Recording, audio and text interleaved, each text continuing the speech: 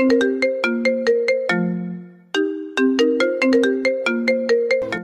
করে একটা শব্দ হলো। শব্দটা শুনে বুঝতে বাকি রইল না আমাদের, এই থাপ্পড়টা কারো মুখে মেরেছে। এবার কার মুখে থাপ্পড়টা পড়েছে আমরা একটু দেখি এবার। সামনে তাকিয়ে দেখি একটা ছেলে মুখে হাত দিয়ে দাঁড়িয়ে আছে। তার সামনে একটা মেয়ে দাঁড়িয়ে আছে। মেয়েটা অনেক সুন্দরী ও আধুনিক। কেননা সচরাচর মেয়েরা যা পারে, ওই মেয়েটা সে অনুযায়ী একটু বেশি আধুনিক। চলুন মেয়েটি কেন ছেলেটিকে থাপ্পড় মেরেছে তা দেখে আসি। তুমি আমাকে মারলে? ভাই, তোকে মারবো না তো কি করব? একটু আদর করলেই তো পারো। যত বড় মুখ নয় তত বড় কথা তোর। কি করে আসে? আমি তোমাকে ভালোবাসি। আয়নায় কখনো নিজের চেহারা দেখেছিস কখনো? জানি আমি একটু কালো, তাই বলে অতটা কালো নই যে যতটা কালোতে তোমার আকাশকে বিয়ে করলে অসুবিধা হবে। দেখ, তোকে আমি আবারও মানা করতেছি। আমার পেছনে ঘুরঘুর করে নিজের সময় নষ্ট তুই করিস না। তাই ভালো হবে আমার পেছনে ঘোরা বন্ধ করে দে। যদি না করিস তবে সবে মাত্র থাপ্পড় দিয়েছি। যদি আমার কথা না শুনিস তাহলে তোকে আমি মেরেই ফেলবো। তাই ভালো হবে। আকাশের কথায় ইরা এবার একটু অবাকই হলো। তাই আবার ইরা জিজ্ঞেস করে, তোর দেখি মরার অনেক শখ। তা এতই যখন মরার শখ, তা কোথাও গিয়ে মরে গেলেই তো পারিস। শুধু মায়ের মুখের দিকে তাকিয়ে আমি বেঁচে আছি, নয়তো অনেক আগেই মরে যেতাম। তুই মর অথবা বেঁচে থাক, তাতে আমার কিচ্ছু যায় আসে না। তুই শুধুমাত্র আমার পেছনে ঘুরঘুর করা বন্ধ করে দে। ঠিক আছে, আর তোমার পিছনে ঘুরঘুর করব না। শুধু এতটুকু বলবো, আমি একদিন না একদিন তুমি আমার জীবনে অবশ্যই আসবে। তুই শুধুমাত্র স্বপ্নই দেখতে থাক। তোর সে স্বপ্ন কখনো পূরণ হওয়ার তো দূরের কথা, কখনো সম্ভব না। তাই আমার মুড খারাপ হওয়ার আগে এখান থেকে যা তুই। আকাশ চোখের পানি মুছতে মুছতে চলে আসে ভার্সিটি থেকে। এখন চলুন আপনাদের আকাশ ও ইরার সম্পর্কে কিছু তথ্য দেই। কারণ গল্প পড়ার জন্য এই তথ্যগুলো আপনাদের জানা অনেক জরুরি।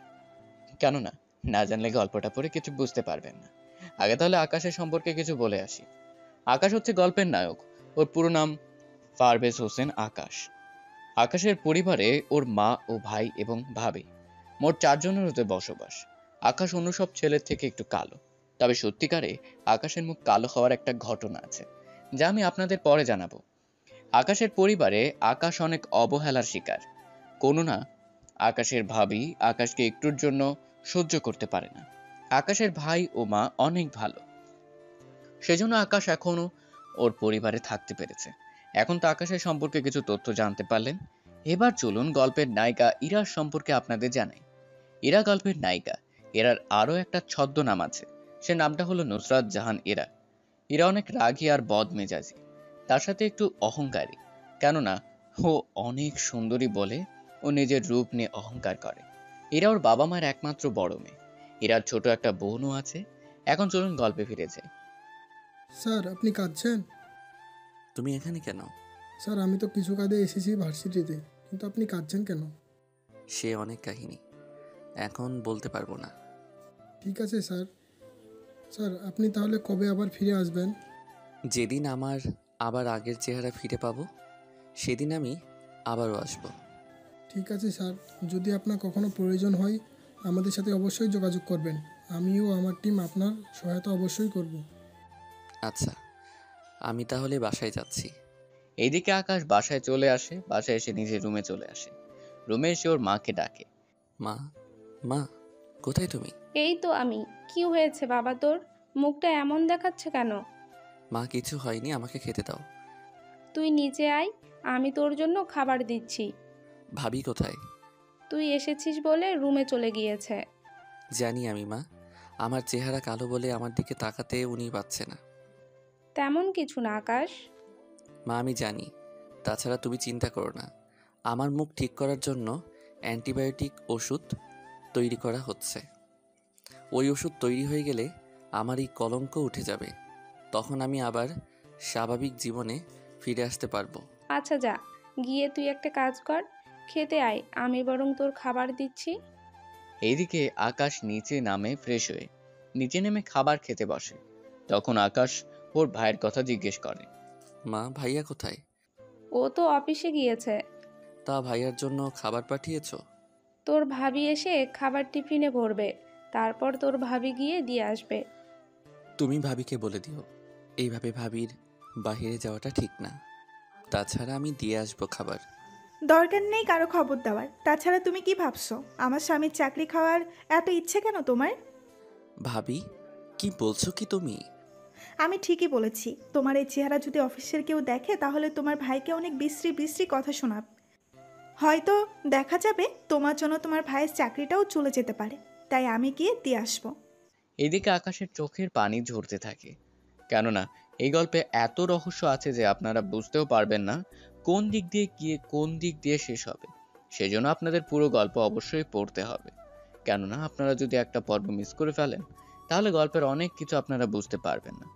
আকাশ চোখ থেকে পানি পড়ছে, আর অন্য দিক দিয়ে আকাশ, আমি তোর যন্ত্রণা বুঝতে পারি।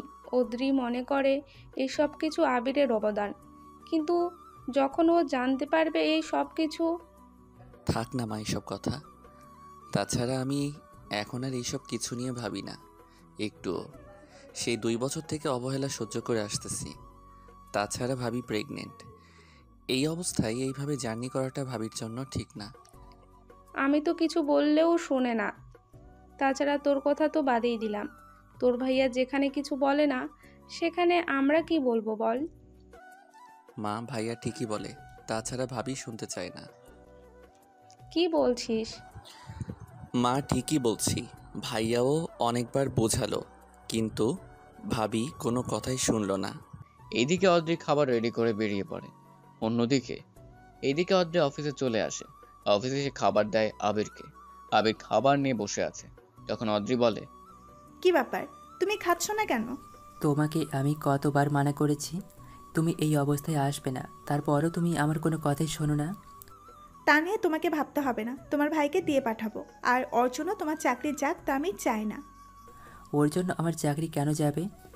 ওর যে চেহারা, এই চেহারার জন্য কেউ দেখলো যদি জানতে পারে ও তোমার ভাই, তাহলে অফিস থেকে তোমাকে তোমার বস বের করে দিতে বেশি সময় লাগবে না। তোমাকে বুঝিয়ে লাভ নেই, তুমি যাও এখান থেকে। এইদিকে অদ্রি একটা ভেঙচি কেটে বেরিয়ে আসে। পথের মধ্যে অদ্রি বাড়ির জন্য কিছু বাজার করে নেয়। বাজার করে বাড়িতে এসে কিচেন রুমে যায়। ওখানে গিয়ে বলতে থাকে, আমি এই বাড়িতে খেটে মরি আর সেখানে অনেক নবাবের ছেলে খেয়ে খেয়ে থাকে। আমি এই অবস্থায় এত কষ্ট করি, কারো কি চোখে পড়ে না? দেখো বৌমা, তুমি এরকম চেঁচাবে না। আকাশ তো তোমাকে বলেছে ওই সব করবে, কিন্তু তুমি তো ওকে কোনো কিছু করতেও দাও না। কেন করতে দিব? আপনার ছেলের এই চেহারা দিয়ে বাজার করবে, তা আমি রান্না করে খাবো? তা ভেবেছেন কি করে? তাছাড়া এই সংসার আমার স্বামীর টাকাই চলে, আপনার ছেলের টাকাই না। তাই আমি যা বলবো তাই হবে। ভুলে যেও না, এটা আমার বাড়ি, তোমার না। আসলে আমি তো ভুলেই গিয়েছি, এটা আপনার বাড়ি। এখন যেহেতু মনে আছে তাহলে পরবর্তীতে কথাটা মনে রাখবে। তুমি আমার ছোট ছেলেকে একটুও সহ্য করতে পারো না। কখনো তা করবোও না। এদিকে আকাশ রাতে বেরিয়ে চলে আসে রাস্তার পাশে, কেননা আকাশকে নেওয়ার জন্য কয়েকটা গাড়ি এসেছে। আকাশ ওখানে যায়। কয়েকজন লোক নেমে গাড়ির দরজা খুলে দিলে আকাশ ভেতরে চলে আসে। এরপর গাড়ি চলতে থাকে। অন্যদিকে তোরা নাকি ওই ছেলেটাকে মেরে ফেলেছিস? মেরে ফেলেছিস তো, কিন্তু হঠাৎ এত বছর পর জিজ্ঞেস করছেন, কোনো কিছু হয়েছে কি? আসি শিওর হতে এই কথা বললাম। তাছাড়া আমার কেন জানি মনে হচ্ছে ওই ছেলেটা এখনো বেঁচে আছে। বস, কি যে বলেন আপনি! এত বড় একটা নিউক্লিয়াস বোমার আঘাত ও শরীরে লেগেছে, এরপর ও বাঁচবে কি করে? বস, আপনি নিজেও জানেন তা কখনোই সম্ভব না। ওই বোমার আঘাত থেকে কখনো বের হয়ে আসতে পারবে না। তোমরা নিজেদের কাজ করো। 2 দিন পর আমার বস আসবে, তখন যেন ওনার উপরে কোনো হামলা যেন না হয়। চিন্তা করবেন না, আমি সব ব্যবস্থা করে নিব। ওনাকে আমরা সিক্রেটভাবেই রাখবো। তোমরা তোমাদের কাজে যাও এখন। এইদিকে ওরা নিজেদের কাজ করতে থাকে। অন্যদিকে আকাশ কিছু অফিসারের সাথে চলে আসে ল্যাবে। এই ল্যাবে সব ধরনের ট্রিটমেন্ট করা হয় এবং এর অ্যান্টিবডি তৈরি করা হয়। আকাশ চলে আসে ওখানকার ডক্টরের কাছে। ডক্টর, আমি কি আগের রূপ পাবো না আবার? অবশ্যই পাবে তুমি, তবে তার জন্য একটু কষ্ট করতে হবে তোমাকে। যেমন? এই ট্রিটমেন্ট তোমাকে সপ্তাহে 1 দিন করে দেওয়া হবে। প্রতি সপ্তাহে রাতে চলে এসো। এই কেমিক্যাল তোমার শরীরে লাগাবো, এতে করে তোমার শরীরে থাকা কালো আবরণগুলো উঠে যেতে থাকবে। তখন তুমি এভাবে আগের রূপে তুমি ফিরে আসবে। তা কয়দিন লাগবে? কেমিক্যালের পরিমাণ বাড়িয়ে দিলে 6 মাস লাগবে, আর যদি কিছুটা কমিয়ে দেই তাহলে 1 বছর। যদি ক্যামিলের পরিমাণ বাড়িয়ে দেন তাহলে তো এটার সাইড ইফেক্ট আছে। ঠিক ধরেছ, এটা সাইড ইফেক্ট হলো তোমার শরীর জ্বলবে, সাথে ক্ষতও হয়ে যেতে পারে। তাহলে 1 বছর না হয় অপেক্ষা করি। তুমি 6 মাস ব্যবহার করার পর এর গুণাগুণ তুমি দেখতে পাবে। ঠিক আছে, তাহলে আপনি কাজ শুরু করেন। এরপর ডক্টর আকাশের ট্রিটমেন্ট করতে থাকে। রাত 1টা বাজে। আকাশ ওখান থেকে বের হওয়ার সময় আকাশ, একটা কথা খেয়াল রাখবে, এই কেমিক্যাল সকালে গোসলের সাথে পরিষ্কার করবে, এই ক্রিম পরে মেখে নিবে। ধন্যবাদ ডক্টর। ওখান থেকে বের হয়ে আকাশ চলে আসে বাড়িতে। বাড়িতে আসার সময় আকাশ নিজের রুমে চলে আসে, তাও দৌড়িবে। রুমে এসে শুয়ে পড়ে।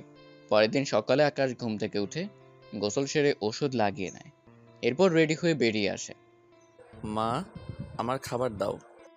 তুই টেবিলে বস, আমি খাবার দিচ্ছি। তুই একটু অপেক্ষা কর, আমি তোর ভাইয়াকেও ডেকে আনি। ঠিক আছে, যাও। এইদিকে আকাশ অপেক্ষা করতে থাকে। অন্যদিকে কিছুক্ষণ পর আবির আসে। আবির এসে কী রে, কখন এলি তুই? এই তো কিছুক্ষণ আগে।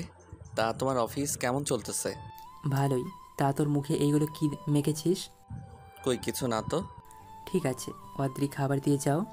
এইদিকে অদ্রি খাবার দিয়ে যায়, সাথে এও বলে, দেখো, আমি এই সংসারে 3 জনের বেশি লোকের রান্না করতে পারবো না। তুমি কোন 3 জনের কথা বলতেছ? কার আবার? আমার, তোমার আর মায়ের। তাহলে আমার ভাইয়ের খাবার কেন রান্না করবে? আমি কি জানি, এই সংসার চলে তোমার টাকায়, সেখানে তোমার ভাইয়ের জন্য আমি খাতে পারবো না। অদ্রি, তুমি কিন্তু অনেক বেশি বলে ফেলছো তুমি। আমি কোনো কথা বেশি বলিনি, শুধু ওকে মনে করিয়ে দিচ্ছি। এত বড় হয়ে গিয়েছে, কাজ করতে পারে না ও? কী কাজ করবে ও? তুমি দেখছো না ও কি অবস্থা হয়েছে? আমি এত কিছু জানি না, আমি এতগুলো লোকের খাবার রান্না করতে পারবো না। এইদিকে আকাশ চোখের পানি ফেলতে ফেলতে খাবার খেতে থাকে। খাবার খাওয়া শেষ করে। ঠিক আছে, কাল থেকে আমাদের বাসায় নতুন আসবে। ও আমার আর ওর খাবার রান্না করবে। ওর জন্য একটা রুম তৈরি করে রেখো। আর কোনো কাজ নেই নাকি? নিজেকে থাকতে দিয়েছি কত না, আবার উনি কিনা কাজ করার জন্য মেয়ে নিয়ে আসবে। কোনো মেয়ে হবে না। তা মেয়ে না আনলে ওর খাবার রান্না করবে কে? রান্না আমি করব, তবে কি? ওকে এই সংসারে মাসে 5,000 টাকা করে দিতে হবে, তাও সংসার খরচ। বাকিগুলো ও নিজের পকেট থেকে খরচ করবে। ঠিক আছে, তাই হবে। কোনো কিছু হবে না। তুমি যদি সবার জন্য রান্না করতে পারো তাহলেই এই বাড়িতে থাকবে। যদি না পারো তাহলে তুমি এই বাড়ি থেকে চলে যাও। কি? তুমি আমাকে এই বাড়ি থেকে চলে যেতে বলতেছো? হ্যাঁ, বলতেছি, এটাই শেষ কথা। তাহলে ভালো লাগলে থাকবে, নয়তো চলে যাবে। আকাশ, তুই মন খারাপ করিস না। ভাইয়া, আমি তাহলে এখন ভার্সিটিতে যাই। আমি তোকে নামিয়ে দিই, চল। এইদিকে ওরা বেরিয়ে পড়ে। অন্যদিকে অদ্রি রাগে নিজের রুমে চলে আসে। এই ছেলেকে নিজেকে কিভাবে, আমি তো ওকে এই বাড়ি থেকে বের করেই ছাড়বো, দরকার হলে যতটা নিচেই না নামতে হয় আমাকে। অন্যদিকে আকাশকে ভার্সিটির সামনে নামিয়ে দিয়ে আবির চলে যায় অফিসের দিকে। আকাশ ভার্সিটিতে গিয়ে চলে আসে নিজের রুমে। ওখানে ইরাও ওই রুমে ছিল। আকাশ যাওয়ার পর ইরা তো আকাশকে নিয়ে হাসি ঠাট্টা করছে। দেখ, ওই বিশ্রী ছেলেটা এসেছে। কেন যে স্যার ওকে এখানে পড়ার অনুমতি দিয়েছে বুঝতে পারি না। কিছুক্ষণ পর স্যার এসে ওনার লেকচার শুরু করলো। স্যার লেকচার নিয়ে দিবিয়ে যায়। অন্যদিকে আকাশ যখন রুম থেকে বের হচ্ছিল তখন ইরার সাথে ধাক্কা লাগে। এতে করে ইরা গিয়ে আকাশের মুখে একটা থাপ্পড় মারে। আকাশ মুখে হাত দিয়ে দাঁড়িয়ে আছে। তখন ইরা বলে, ওই ছোট লোকের বাচ্চা, তোর সাহস কি করে হয়? তোর সাহস কি করে হয় আমার সাথে টাচ লাগার? দিলি তো আমার শরীরটা নোংরা করে। তোদের মতো ছেলেকে ভার্সিটিতে ঢুকতে দেয় কে? দেখুন, আপনি কিন্তু একটু বেশিই করতেছেন। কি? তোর যত বড় মুখ নয় তত বড় কথা। দে আর একটা চড়কে, আমাদের সাথে এমনভাবে কথা বলার জন্য। না রে, সবে মাত্র একটা দিলাম, আরেকটা না হয় তুই দে। আমি ওকে মেরে আমার হাত নোংরা করতে চাই না। ঠিক আছে, তাহলে আমি না হয় থাপ্পড় দিই। নদী আকাশের মুখে থাপ্পড় দিতে যাবে, আকাশ নদীর হাত ধরে ফেলে। উল্টো নদীকে একটা থাপ্পড় দেয়। এতে করে ইরা, নদী সহ ভার্সিটি থাকা বাকি সবাই অনেক অবাক হয়। এই, তোর এত বড় সাহস, তুই আমাকে মেরেছিস? আমি তোকে ছাড়বো না আজকে। তোকে যদি আমি আজকে হসপিটালে না পৌঁছাতে পারি তাহলে আমার নামও নদী না। তোর ভাইকে কল দিয়ে আসতে বল। এখনই দিচ্ছি, তুই এখানে দাঁড়িয়ে থাক, তারপর দেখ তোর কি হাল করি। আমিও দেখি তুই আমার কি হাল করিস। শুধু 10 মিনিট অপেক্ষা কর, তারপর বুঝতে পারবি আমি কি জিনিস। এদিকে আকাশ বসে আছে, অন্যদিকে নদী কাককে যেন কল করেছে। কিছুক্ষণ পর দুইটা গাড়ি ভার্সিটিতে ঢুকে। ওই গাড়ি থেকে 12 জন লোক নামে। ওরা নেমে নদীর কাছে আসে। কি হয়েছে ম্যাডাম, আমাদের ডেকেছেন? তোমাদের সামনে যে ছেলেটা আছে ওকে এমন মার মারবে 2 মাস ও হসপিটাল থেকে বের না হতে পারে। ম্যাম, আপনি কোনো চিন্তা করবেন না, আপনি এখান থেকে যান, আমি ব্যাপারটা দেখতেছি। ইরা চল আমরা যাই, ওরা ওকে উচিত শিক্ষা দিবে। এইদিকে ইরাও নদী ওরা দুজনে গাড়ি নিয়ে বেরিয়ে যায়। অন্যদিকে আকাশ এখনো বসে আছে, তার সাথে ওদের দিকে তাকিয়ে আছে। ওদের মধ্যে কয়েকজনকে আকাশ খুব ভালো করে চেনে, কেননা ওদেরকে আকাশ একবার অনেক মার মেরেছিল। ওদের মধ্যে আবার অনেকে মারাও গিয়েছিল। আবার যারা বেঁচে আছে তাদের মধ্যে অনেক এখন দাঁড়িয়ে আছে এখানে। আকাশ ভালো করে জানে ওদের কোন জায়গায় মারলে ওরা সবচেয়ে বেশি কষ্ট পাবে। তার সাথে হসপিটালে ওদের যেতে হবে। আকাশ বসা থেকে উঠে গিয়ে ওদের সামনে যায়। তোর সাহস দেখে তো আমি সত্যিই অবাক হচ্ছি। এখন ও তো সাহসে কিছু দেখলাম না। যেখানে আমাদের দেখলে সবাই ভয় পায়, সেখানে তুই আমার সামনে দাঁড়িয়ে আছিস, এই ভেবে আমি অবাক হচ্ছি। তা তোরা কি এইভাবে কথা বলতে থাকবি নাকি মারামারিও করবি? সত্যিই তোর সাহস আছে। এই, তোরা দাঁড়িয়ে আছিস কেন? মার ওকে। ওরা সবাই মিলে আকাশকে মারার জন্য আসে। আকাশ উল্টো ওদের সবাইকে মারতে থাকে। ওরা অনেকে মার খেয়ে মাটিতে শুয়ে আছে, কিছু লোক এখনো মার খাওয়া বাকি আছে। কি রে, থেমে গেলি কেন? তুই কে বলতো? তা জেনে কি করবি তুই? তোর মারার স্টাইল আমার থেকে পরিচিত লাগতেছে। তা শুধু কি কথাই বলতে থাকবি নাকি মারামারি করবি? লোকগুলো পালাতে যাবে, আকাশ ওদেরকে দৌড়ে দৌড়ে মারতে থাকে। ওরা মার খেয়ে পড়ে থাকে। কিছুক্ষণ পর ওরা সবাই মাটিতে শুয়ে আছে। অন্যদিকে একটা লোক আকাশের মাথায় বাড়ি দেয়। বাড়ি খেয়ে আকাশের মাথা থেকে রক্ত পড়তে শুরু করে। তবুও আকাশ থেমে থাকেনি, ওদের মারতে থাকে। ওরা মার খেয়ে পড়ে থাকে। এইদিকে আকাশও মাটিতে শুয়ে আছে। অন্যদিকে রবি তখন ভার্সিটিতে আসে। রবি আকাশকে দেখে দৌড়ে কাছে আসে। স্যার কি হয়েছে আপনার? আর এরা কারা? পরে জানাবো, আগে আমাকে হসপিটালে নিয়ে চলো। চলুন স্যার, এক্ষুনি নিয়ে যাচ্ছি। এদিকে আকাশকে হসপিটালে নিয়ে যায়। রবি হসপিটালে নিয়ে যাওয়ার পর রবি আকাশের ভাইকে কল দেয়। এদিকে ডক্টর জানায় ওনাকে এখনই অপারেশন করাতে হবে। তা করুন, সমস্যা কি? আগে টাকা জমা করুন, তারপর অপারেশন শুরু করব। এই তোরা ডক্টর না কোসাই, রোগীকে যেখানে সুস্থ করবি তা না করে তুই টাকা ছাড়া অপারেশন করবি না? যদি ওর কিছু হয় তাহলে তোকে আমি বাঁচতে দিব না। তাই এই অপারেশন তুই করবি, নয়তো তোকে আমি বাঁচিয়ে রাখবো না। আপনি বন্দুক নিচে নামান, আমি এখনই অপারেশন করতেছি। মনে রাখবেন, ওনার যদি কিছু হয় তাহলে তো আপনি মারা যাবেন, তার সাথে আপনার পরিবারও। এদিকে ডক্টর একদিক দিয়ে আকাশের অপারেশন করছে, অন্যদিক দিয়ে একজন নার্স পুলিশকে কল দেয়। কিছুক্ষণ পর পুলিশও আসে, তার সাথে অপারেশনও শেষ হয়ে যায়। অপারেশন শেষ হওয়ার পর অপারেশন সাকসেস। রবি ডক্টরের সাথে কথা বলছে। অন্যদিকে আবির হসপিটালে চলে আসে। আবিরের পিছনে পিছনে পুলিশও ওখানে চলে আসে। পুলিশ এসেই রবির হাতে হাত কড়া পরিয়ে দেয়। এতে রবি তো অবাক হয়, সাথে আবিরও। কি ব্যাপার অফিসার, আপনি ওকে অ্যারেস্ট কেন করেছেন? ওনার কাছে বন্দুক আছে, তাছাড়া ইনি ডক্টরকে মারার হুমকিও দিয়েছে। কিন্তু কেন দিয়েছে তা তো জিজ্ঞেস করবেন। দেখুন, ওনার কাছে বন্দুক আছে, তাই আমরা ওনাকে অ্যারেস্ট করব। কিন্তু উনি কে? ওনাকে তো চিনলাম না। আমি আপনার ভাইকে হসপিটালে নিয়ে আসছি, কিন্তু ডক্টর টাকা না পেলে চিকিৎসা করবে না, তাই আমি বাধ্য হয়ে ওনাকে হুমকি দিয়েছি। ডক্টর দেখুন, আপনাদের কাজ হচ্ছে মানুষকে বাঁচানো। টাকার জন্য কাউকে মৃত্যুর মুখে ফেলে দিতে আপনারা পারেন না, তাই আগে চিকিৎসা করবেন, তারপর বাকিটা দেখা যাবে। কিন্তু মিস্টার রবি, আমাদের কিছু করার নেই। আপনার কাছে বন্দুক পাওয়া গিয়েছে, তাই আপনাকে আমরা নিয়ে যাচ্ছি। আমার ভাইয়ের জন্য আপনার এত বড় ক্ষতি হয়ে গেল। চিন্তা করবেন না, আমি পুলিশ স্টেশনে যাব আর চলে আসব। কিন্তু কি করে আসবে? তাছাড়া তুমি কে? তোমাকে তো চিনলাম না। আকাশ স্যার আমাকে চিনে, আমি তাহলে যাচ্ছি। শুধুমাত্র যাবো আর আসবো, তাছাড়া কল দিলে তো এখান থেকে যেতেই হবে না। আসলে আপনার পরিচয় কি? রবি পকেট থেকে একটা কার্ড বের করে পুলিশ অফিসারকে দেখায়। উনি কার্ড দেখে রবিকে স্যালুট করে।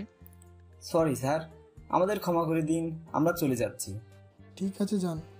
তাছাড়া আপনারা আপনাদের দায়িত্ব পালন করেছেন, এবার আপনারা আসতে পারেন। পুলিশ চলে যায়। অন্যদিকে আকাশ চলে যায়। অন্যদিকে ওরা অপেক্ষা করতে থাকে। রাতের বেলায় আকাশের জ্ঞান ফেরে। আকাশ তাকিয়ে দেখে আবির ও রবি পাশে বসে আছে। আকাশের জ্ঞান ফিরতেই উঠতে হবে না, মাকে আমি এখনও বলিনি। তাছাড়া মা জানলে আরও বেশি চিন্তা করতে থাকবে। তাছাড়া তোকে আমি কালকেই নিয়ে যাব। রবি চলে যাওয়ার পরের দিন আবির আকাশকে নিয়ে বাসায় আসে। বাসায় আসতেই আকাশের মা এসে জড়িয়ে ধরে। কি হয়েছে তোর? এইসব কি করে হলো? তেমন কিছু না, ঠিক হয়ে যাবে। বাইরে মারামারি করে যখন বাড়িতে আসা হচ্ছে, একে তো আমি খেটে মরি, তার উপরে এই আরেকটা ঝামেলা। কোন দুঃখে যে তোমাকে বিয়ে করে এই বাড়িতে এলাম আমি। আকাশ কোনো কথা বলেনি, কারণ এই কথাগুলো শুনতে শুনতে আকাশের অভ্যেস হয়ে গিয়েছে। আকাশ নিজের রুমে যাবে, আবির আকাশের হাত ধরে নিয়ে যেতে থাকে। আকাশ ভালো করে জানে এখন যদি আবার আবির কিছু বলে তাহলে ওর ভাবি এখানে সমস্যা সৃষ্টি করবে। তাই জন্য আকাশের আবির চুপ করে আছে। রুমে নিয়ে গিয়ে আকাশকে বসিয়ে দেয়। তুই এখানে থাক, আমি আসতেছি। কোথায় যাবে ভাইয়া? তোর জন্য খাবার আনতে। তাছাড়া তুই কিছু খেতেও পারিসনি। আবির নিচে যায়। অন্যদিকে আবির খাবার নিয়ে আসে। খাবার নিয়ে গিয়ে আকাশকে খাইয়ে দেয়, সাথে ওষুধও। খাবার শেষে আকাশ ঘুমিয়ে পড়ে। পরের দিন সকালে আকাশ ঘুম থেকে উঠে দেখতে পায় আবির মন খারাপ করে বসে আছে। তাই আকাশ জিজ্ঞেস করে, ভাইয়া কি হয়েছে? তোর ভাবির ছোট বোন আসবে। এটা তো ভালো কথা, কিন্তু এতে সমস্যা কোথায়? ও এখানে 1 মাসের মতো থাকবে। তা তো বুঝতে পারলাম, এরপরে কি হয়েছে তা বলো আমাকে। তোর ভাবি তোকে ওই 1 মাসের জন্য বাড়ি থেকে বের করে দিতে চাইছে। আমি থাকলে সমস্যা কোথায়? তোর এই অবস্থা নাকি ওর বোন দেখতে পারবে না, তাই তোর ভাবি চায় ওর বোন এখানে থাকবে ততদিন তোকে বাড়িতে রাখবে না। এই ব্যাপার? তাতে এত চিন্তার কিসের?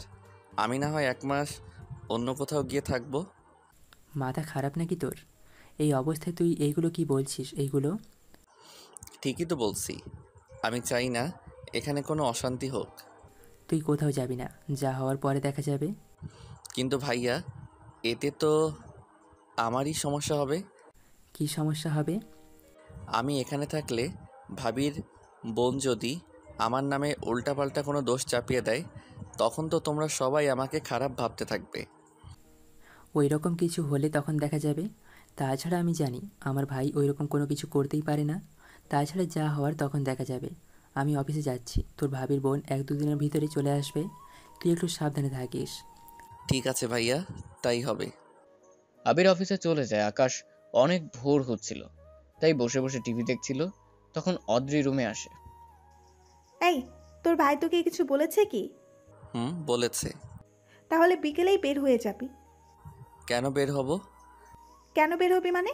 আবিরকে তোকে বলেনি আমার ছোট বোন আসবে? ভাইয়া তো বলেছে। তাহলে বের কেন হবি না? আমার মাথায় এই অবস্থা, তারপর কখন কি হয়ে যায় তাই তো বলতে পারছি না আমি। যাই হয়ে যাক না কেন, মোড়ে তো আর যাবি না, তাই বিকেলেই বের হয়ে যাবি। এটা এটা আমার বাবার বাড়ি।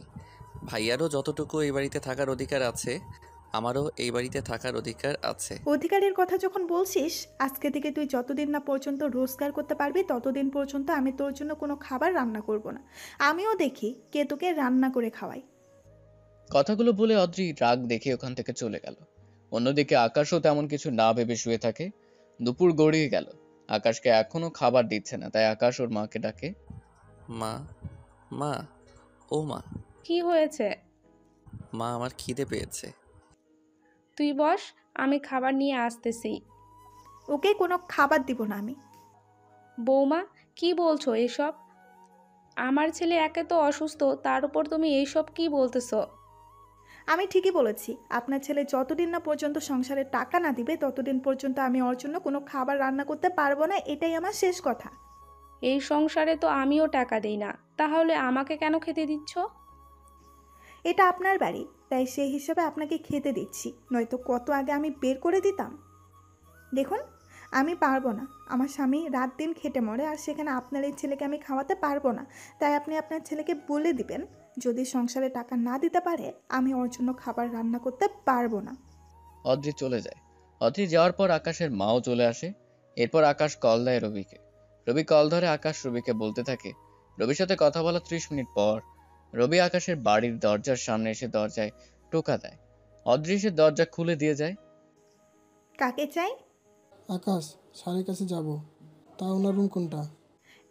ওই ভিখারির বাচ্চা আবার স্যার হলো কবে থেকে? এখানে খাবার আছে, তাই এবার আমাকে সাইড দিলে আমি রুমে যেতে পারতাম।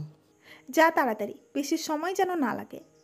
কি যে বলেন না, আমাকে যদি আগে সব কিছু বলে দিত তাহলে এতক্ষণে আপনার অবস্থা আমি খারাপ করে দিতাম। ও তাই বলেন? কি আমাকে কথাটা বলেছিস তুই? আপনাকে কেন বলতে যাব? আচ্ছা স্যার, খাওয়ার সময় হয়ে যাচ্ছে, ওনাকে খাওয়াতে হবে আমার। যা তাড়াতাড়ি। রবি খাবার নিয়ে আসে। আকাম খাবার খাচ্ছে। আকাশ রবিকে সবকিছু বলতে থাকে, সাথে খাবারও শেষ করে। সবটা জেনে রবি বলে, স্যার একটা কথা বলার ছিল। কি কথা? 1 মাস পর একটা মিশন আছে, যদি উনি ওই মিশনে আমাদের সাথে যেতেন। তুই তো জানো আমি নিজেকে যতদিন না পর্যন্ত ঠিক করে নিতে পারবো ততদিন আমি কোনো মিশন তো দূরের কথা ক্যাম্পেও আসবো না। কিন্তু স্যার আপনাকে আসতেই হবে, এই মিশনে আপনাকে ছাড়া হবে না। তোমার বড় স্যারকে বলো আমার সাথে যেন যোগাযোগ করে নি। ঠিক আছে স্যার, আমি বড় স্যারকে বলবো। ঠিক আছে। পরের দিন সকালে বড় স্যার আকাশকে কল দেয়। আকাশ ওনার সাথে কথা বলার জন্য বারান্দায় যায়। জি স্যার বলেন। কেমন আছো আকাশ? আপনি তো ভালো করে জানেন আমি কেমন আছি। তা তো জানি। তা তোমার উপর অ্যাটাক করেছে কে? ওরা তেমন মাফিয়া গ্রুপের না, ওরা ভার্সিটির ছাত্র। ওরা তোমার উপরে অ্যাটাক কেন করেছে? সে অনেক কাহিনী। এখন তুমি আসছো তো? কিন্তু স্যার একবার এই একই মিশনে গিয়ে আমি নিজের শরীরের রং হারিয়েছি। এভার তেমন কোনো কিছু হবে না। এবার এর চেয়েও শক্তিশালী পোশাক আমরা বানিয়েছি, যা 1000 ডিগ্রি চাপ সহ্য করতে পারবে। এই অবস্থায় তোমার কোনো ক্ষতি হবে না। কবে আসতে হবে আমাকে? তোমার তো মাথায় আঘাত, তুমি 10 দিন পর আসো। এরপর তুমি একটু ট্রেনিং করবে। এতদিন না থাকায় তোমার ট্রেনিং চালু নেই, তাই এখন তুমি ট্রেনিং করতে পারবে। ঠিক আছে স্যার, তাই হবে। আমি তাহলে চলে আসব। তুমি তাহলে চলে আসো। তোমাকে তবে এই দেশে না, আমেরিকায় গিয়ে মিশন করতে হবে। অন্য দেশে গিয়ে মিশন কি করে? চিন্তা করো না, এই দেশের লোকেরাই তোমাদের নিবে। তার বিনিময়ে তোমরা যদি মিশন শেষ করতে পারো তাহলে ওরা তোমাকে আমাদের দেশে 1 কোটি টাকা দিবে। যদি তোমাদের আহত বা অন্য কিছু হও তবুও পাবে। তা ওই দেশের আর্মি কি আমাদের সাথে থাকবে? হ্যাঁ, তোমরা এখান থেকে যাবে 10 জন। তাছাড়া এদেশে ওদের আর্মি যাবে 50 জন। তুমি এই দেশে যাওয়ার পর ওরাই বাকিটা দেখবে। ঠিক আছে, আপনি তাহলে কাগজপত্র তৈরি করতে থাকেন। স্যারের সাথে কথা বলে আকাশ ঘুমিয়ে পড়ে। পরের দিন সকালে আকাশ ঘুম থেকে উঠে তৈরি হয়ে বেরিয়ে পড়ে। রাস্তা দিয়ে হাঁটছিল, তখন ইরা গাড়ি দিয়ে আকাশকে ধাক্কা দিতে গেলে আকাশ সামনে থাকা বাইকে দেখতে পায়, তাই সাথে সাথে ওখান থেকে সরে যায়। আকাশ সরে যাওয়ার পর ইরা গাড়ি না থামিয়ে চলে যায়। আকাশ ভার্সিটিতে এসে ইরা ও নদীর কাছে আসে। তোমরা দুজন চাওটা কি? কি চাই তুই কি বুঝিস না? ওই দিনের ঘটনার পর তুই ভুলে গেলি কি করে? ভুলিনি আমি। তা আমাকে এটা বলো এখন, আমাকে মেরে তোমাদের লাভটা হবে কি? অনেক লাভ হবে। কি লাভ একটু শুনি। লাভটা হচ্ছে তোর এই মুখ আমাদের আর দেখতে হবে না। সেজন্য আমাকে জানে মেরে ফেলতে চাও? হ্যাঁ চাই আমি। নদী চল এখান থেকে। ওরা দুজন চলে যাওয়ার পর আকাশ ক্লাস করতে যায়। ক্লাস শেষ করে আকাশ ক্যান্টিনে গিয়ে বসে। ওখানে বসার পর, স্যার আপনি যাচ্ছেন? হ্যাঁ, তুমিও তো যাবে। হ্যাঁ স্যার, এই নিন আপনার কাগজপত্র। এইগুলো দাও তাহলে, আমি এখন তাহলে বাসায় যাচ্ছি। ঠিক আছে। আকাশ বাসায় এসে ওর রুমে চলে আসে। আসার আগে, মা এই নাও 5000 টাকা, এটা ভাবিকে দিয়ে দিও। আর একটা কথা, আমাকে খেতে দাও। আকাশের কথা শুনে ওর মা কান্না করতে থাকে। এই আমি কি দেখতেছি, তুই নিজের বাড়িতে ভাত কিনে তোকে খেতে হচ্ছে? এর চেয়ে বড় কষ্ট আমার জীবনে আর কি আছে? থাক গিয়ে সেসব কথা। আসলে ভাবি আমার এই চেহারা দেখতে চাইছে না, সেজন্য উনি এমন করতেছে। তোর এই সমস্যা না হলে হয়তো এমনটা হতো না। চিন্তা করো না, খুব তাড়াতাড়ি আমি আগের রূপে ফিরে আসব। তাই যেন হয়। এখন তুই রুমে যা, আমি না হয় তোর জন্য খাবার বাড়তেছি। আচ্ছা আমি যাই তাহলে। আকাশ রুমে চলে আসে। রুমে এসে ওর টাওয়াল নিয়ে ওয়াশরুমের দরজা খুলে ভেতরে তাকিয়ে দেখে একটা মেয়ে গোসল করতে। মেয়েটি কোন অবস্থায়, শরীরে কি কি ছিল সেসব বলাটা ঠিক হবে না, তাই আপনারা এসব জানতে চেয়ে না। মেয়েটিও আকাশকে দেখতে পেয়ে জোরে চিৎকার করে ওঠে। আকাশ দরজা বন্ধ করে দিয়ে বিছানার কাছে চলে আসে। আকাশ আসার সাথে সাথেই রোজাও বাইরে আসে। এই তুই কে রে? তার আগে নিজের শরীর তো ঢেকে আসবেন। আকাশের কথায় রোজা এবার ওর দিকে তাকায় এবং রোজার নিজের দিকে তাকিয়ে লজ্জা পেয়ে ভিতরে চলে যায়। 5 মিনিট পর আকাশের মাও অদ্রি রুমে চলে আসে, কেননা আকাশের মা ওর জন্য খাবার নিয়ে আসে। তার সাথে অদ্রি আসে খাবারের টাকা নিয়ে আকাশের সাথে কথা বলার জন্য। কিন্তু ওরা এসে দেখে রোজাও আকাশ একজন আরেকজনের সাথে ঝগড়া করতেছে, তাই অদ্রিকে ওর বোনের কাছে যায়। কি হয়েছে বোন, তুই কান্না কেন করছিস? আপু আপু, এই ছেলেটা আমার। কথাটা শুনেই অদ্রি গিয়ে আকাশের মুখে একটা থাপ্পড় দেয়। আকাশ তো বুঝতে পারছে না কেন থাপ্পড় দিয়েছে। তাছাড়া আকাশের মা বলে, বৌমা, তুমি আমার সামনে আমার ছেলের গায়ে হাত তুলছো? তুলেছি, কি করবেন শুনি। আর রোজা কি হয়েছে, কি করেছে ও? এই ছেলেটা আমাকে লুকিয়ে লুকিয়ে গোসল করে দেখছিল।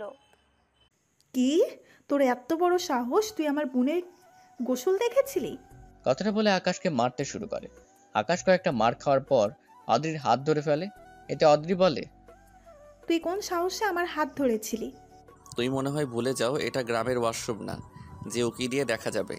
এটা শহর। বাথরুমের দরজা বন্ধ থাকলে উকি মারার তো দূরের কথা, পানি ঢোকাও সম্ভব না। তাছাড়া আমি মানছি আমার কিছু ভুল আছে, তার চেয়ে বেশি ভুল হয়েছে তোমার বোনের। কি করেছে আমার বোন শুনি? আমি যখন রুমে আসি তখন ফ্রেশ হওয়ার জন্য আমি ওয়াশরুমে যাই। এই একদম চুপ, কোনো কথা তুই বলবি না। ওয়াশরুমের দরজা খোলা আছে তো কি হয়েছে? তুই দরজা নক করে ঢুকতে পারিসনি? এটা আমার পার্সোনাল ওয়াশরুম। এখানে আমি ছাড়া অন্য কেউ গোসল করার তো দূরের কথা, এখানে আসার সাহস পর্যন্ত পায় না কেউ, সেখানে কিনা আপনি আমার। বোন, তোর কোনো ক্ষতি করেনি তো? না আপু, কিন্তু এই ছেলেটি কে? ও তোর ভাইয়ের ছোট ভাই। কি, দেখতে এত কুষ্টি তো? শুধু তোর ভাইয়ের জন্য আমি ওকে বের করতে পারছি না, নয়তো অনেক আগেই বের করে দিতাম। আপু চলো তো, এই রুমে আমি আর থাকবো না। কাঁদিস না মা, বিশ্বাস করো, আমি জানতাম না কেউ ভিতরে থাকবে। আমি তোকে বিশ্বাস করি, আমি জানি আমার ছেলে এমনটা কখনো করবে না। আচ্ছা, আমি তৈরি হয়ে নিচ্ছি, তবে একটা কথা বলার ছিল। কি কথা? আমি 10 দিন পর বাংলাদেশের বাইরে যাব। কেন যাবি? তুমি তো জানো আমি আগে। ওই তুই আগে কি, আর 10 দিন পর কোথায় যাবি? তোর ভাইয়া আসুক, আজকে আমি বুঝাবো ওকে। বাসায় টাকা না দিয়ে ছোট ভাইকে বিদেশে পাঠাচ্ছে। আজকে যদি আমি এর বিচার না করেছি তাহলে আমার নামও অদ্রি না। অদ্রির রাগে কথাগুলো বলে চলে যায়। অন্যদিকে আকাশ নিজের মতো করে প্রস্তুতি নিতে থাকে, সব রকমের ব্যবস্থা করতে থাকে। অন্যদিকে আবির বিকালের পর বাসায় আসে। আকাশ তখন ড্রয়িং রুমে টিভি দেখছিল। ওই সময় আবিরও আসে। আবির আকাশকে বলে, আকাশ, ভাইয়া কিছু বলবে? তুই তো কখনো ড্রয়িং রুমে আসিস না, যদিও আসিস তাও খেয়ে চলে যাস, নিজের রুমে গিয়ে টিভি দেখিস। কিন্তু আজকে না ভাইয়া, এমনিতে এখানে। আমি রুমে ফ্রেশ হয়ে আসি। আচ্ছা ভাইয়া। আবির রুমের দিকে যেতে থাকে। তখন অদ্রি আবিরের কণ্ঠের আওয়াজ শুনে নিচে নেমে আস্তে আস্তে বলে, ওই তুই নিচে থাকো, একদম উপরে আসবে না। কেন, তোমার হঠাৎ কি হলো? নিচে থাকো, আমি এসে বলতেছি। অদ্রি নিচে নামে। এইদিকে রোজাও নিচে আসে। ওরা দুই বোন নিচে দাঁড়িয়ে আছে। কি হয়েছে তোমাদের, এইভাবে দাঁড়িয়ে আছো কেন? আপু তুই বল, আমার লজ্জা করতেছে। অদ্রি কি বলবে, তাড়াতাড়ি বলো, আমাকে ফ্রেশ হতে হবে। তার আগে এটা বলো, তুমি ওকে বিদেশে পাঠানোর জন্য এতগুলো টাকা কোথায় পেলে? কে বিদেশ যাচ্ছে আমি তো কিছু বুঝতে পারছি না। একদম ন্যাকা কান্না করবে না। আমি নিজের কানে শুনেছি তোমার ভাই 10 দিন পর বিদেশে যাবে। আকাশ, কথাগুলো কি সত্যি? হ্যাঁ ভাইয়া, আমি ওই কাজে যাব, তাও 5 দিনের জন্য। বুঝতে পেরেছি। তা অদ্রি, তুমি কি এটা বলার জন্য ডেকেছো? আরেকটা কথা বলার ছিল। কি কথা, তাড়াতাড়ি বলতে পারো না? তোমার ভাই লুকিয়ে লুকিয়ে আমার বোনের গোসল করা দেখেছিল। আকাশ, আমি তোর ভাবির কথা বিশ্বাস করতে পারছি না, তুই বল কি হয়েছে। ও কি বলবে, যা বলার আমি বলতেছি। তুমি চুপ করো। আকাশ, তুই বল কি হয়েছে। ভাইয়া, আমি ভার্সিটিতে থেকে নিজের রুমে আসি। তাছাড়া তুমি তো জানো এটা আমার পার্সোনাল রুম, তাই ওয়াশরুমে তো আমি ছাড়া আর কেউ যায় না। আমি রুমে এসে আমার আলমারি থেকে টাওয়েল বের করি। এরপর আমি ওয়াশরুমে যাই। তাছাড়া দরজা খোলা ছিল। আমি দরজা খুলে দেখি উনি ভিতরে গোসল করছিল। উনি আমাকে দেখে আর চিৎকার করে ওঠে। এরপর ভাবি তোর কিছু না বুঝেই আমাকে থাপ্পড় দেয়। এরপর কিছুক্ষণ কথা কাটাকাটি হয় ওনার সাথে। তারপর ওনার বোন ভাবিকে আরও কিছু উল্টাপাল্টা বুঝিয়েছে, সেজন্য উনি আমাকে আবারও মেরেছে। আকাশের কথা শুনে আবির একটা চড় বসিয়ে দেয়। আপনারা কি ভেবেছেন চড় আকাশকে দিয়েছে? আরে না, চড়টা মেরেছে অদ্রিকে। অদ্রি তো চড় খেয়ে মুখে হাত দিয়ে আছে। তোমার এত বড় সাহস, তুমি আমাকে মারলে? হ্যাঁ, মারলাম। দেখুন দুলাভাই, আপনার ভাই কি জানে না ওয়াশরুমে ঢুকতে গেলে দরজায় নক করে ঢুকতে হয়? তুমি তো অনেক বড় হয়েছো, বুঝতেও শিখেছো। তা তুমি কি জানো না গোসল করার সময় দরজা বন্ধ করে রাখতে হয়? আমি তো জানতাম না এমন কিছু হবে। তাহলে অদ্রি, তুমি শুধু শুধু আমার ভাইকে মেরেছো। এর জন্য আকাশের কাছে ক্ষমা চাও। কি, তুমি আমাকে ক্ষমা চাইতে বলছো? হ্যাঁ বলছি। আর রোজা, এরপর থেকে যদি আমার ভাইয়ের নামে উল্টোপাল্টা কোনো কথা বলো তাহলে কিন্তু তোমাদের জন্য একদম ভালো হবে না। কথাটা মনে রাখবে। এখন ক্ষমা চাও। থাক ভাইয়া, লাগবে না, আমি রুমে যাচ্ছি। এদিকে আকাশ ক্যাম্পে গিয়ে ট্রেনিং করতে থাকে। কিছুদিন ট্রেনিং করে 10 দিন পর, ভাই আমি যাচ্ছি। কোথায় যাচ্ছিস? ভাই আমি আমেরিকায় যাচ্ছি, সেখানে 3 দিন থাকবো। তবে এখানে আসতে আসতে আমার 5 দিনের মতো লাগবে। সাবধানে থাকবি, নিজের খেয়াল রাখবি। তবে একটা কথা। কি কথা? আমি যদি ফিরে না আসি তাহলে মায়ের খেয়াল রেখো। এদিকে অদ্রি ও রোজা তাকিয়ে আছে, সাথে বলা বলি করতেছে। আপুরটা বিদায় হয়েছে, অনেক ভালো হয়েছে। রোজা, তুই এভাবে শান্তিতে থাকতে পারবি? হ্যাঁ, তোমার যে দেবর, আল্লাহ জানে ওরা তোমার দেবরকে দেখে ভয় পায় না। তাহলে তো ভালোই হবে, ওকে ওখান থেকে তাড়াতাড়ি করে বের করতে হবে। আকাশ বের হচ্ছে, কিন্তু ওরা হাসছে, তাই আকাশ ওদের কোনো কথা বলে না। আবির কোনো কথা বলে না। এইদিকে আকাশ বের হয়ে এয়ারপোর্টে আসে। ওখানে সবাই একত্রিত হয়। এরপর ওরা প্লেনে গিয়ে বসে। দীর্ঘ 7 ঘন্টার পর আকাশ ও টিম আমেরিকা এসে পৌঁছায়। ওখানে ওদেরকে নেওয়ার জন্য একদল স্পেশাল টিম আসে। ওরা এসে, আপনাদের মধ্যে আকাশকে? জি আমি আকাশ। কেন? স্যার আমি রাশেদ, এখানকার স্পেশাল টিমের প্রধান। আর আমাকে বলা হয়েছে আপনাকে যেন ফলো করি এবং আপনার কথা মতো যেন সব কিছু করি। কিন্তু স্যার, একটা কথা বলবো কি? কি কথা বলো? স্যার, আপনার এই অবস্থা কি ওই ঠিকই ধরেছ। কথাটা বলা মাত্রই রাশেদ গিয়ে আকাশের পা ছুঁয়ে সালাম দেয়। ধন্য আমি স্যার, আপনাকে আমার কাছে পেয়ে সত্যি আজকে আমি নিজেকে ধন্য মনে করি। এখন তাহলে যাওয়া যাক। Sure sir. ওরা যেতে থাকে। পথে আকাশ ওদের সাথে কথা বলতে থাকে। পথে কথা বলতে আকাশ মিশন সম্পর্কে অনেক তথ্য পায়। সে তথ্যগুলো আকাশ আয়ত্ত করতে থাকে। সবটা শেষ, গাড়িগুলো থেমে যায়। আমরা কি চলে এসেছি? না তো, এখানে গাড়ি থামলো। তাই ওরা সামনে তাকিয়ে দেখে রাস্তায় ফিন পড়ে আছে। তাই ওরা গাড়ি সাইড করতে থাকে। কি হয়েছে? স্যার, আপনি গাড়িতে থাকুন, আমি নেমে দেখতেছি ব্যাপারটা আসলে কি। দেখুন তাহলে কি সমস্যা। যদি বেশি সমস্যা হয় আমাকে অবশ্যই বলবেন। কোনো সমস্যা হবে না, আপনি অপেক্ষা করুন। এদিকে ওরা গাড়ি থেকে নামে। গাড়ি থেকে নেমে ওরা চারদিকে দেখতে থাকে। তখনই গুলি চলার আওয়াজ শুনতে পায়। এতে করে সব অফিসার গাড়ির পিছনে চলে আসে। দেখতে থাকো, কেউ গুলি করতেছে কি। অন্যান্য লোকেরা দেখতে থাকে। অনেক কিছুর পর ওরা দেখতে থাকে। অনেক খোঁজাখুঁজির পর ওরা 5 জন লোককে দেখতে পায়। তা ওরা বিভিন্ন টাওয়ারে। সেজন্য ওরা তাড়াতাড়ি করে গাড়ি ব্রেকে না নিয়ে গাড়ির সামনে একটা চুম্বকের পাত সামনে রেখে দেয়। এতে করে সামনে থাকা সব ধরনের ফিন ওই চুম্বকে এসে আটকে যায়। কিছু অফিসার থেকে যায়, আবার কিছু অফিসার গাড়ি নিয়ে ওই জায়গায় ত্যাগ করে। কিছুক্ষণ পর ওখানে কি হয়েছে ঠিক বুঝতে পারলাম না। কারা আমাদের উপর হামলা করেছিল? স্যার, আসলে কি বলবো বুঝতে পারছি না। কেউ হয়তো আপনাদের এখানে আসার খবর লিক করে দিয়েছে। তা তোমাদের এজেন্সির মধ্যে এই কাজটা কে করতে পারে? আমি। তাই ভাবছি কি করা যায়। একটা কাজ করো, অফিসের সব জায়গায় তো সিসিটিভি আছে তাই না? তা তো আছে, কিন্তু কেন?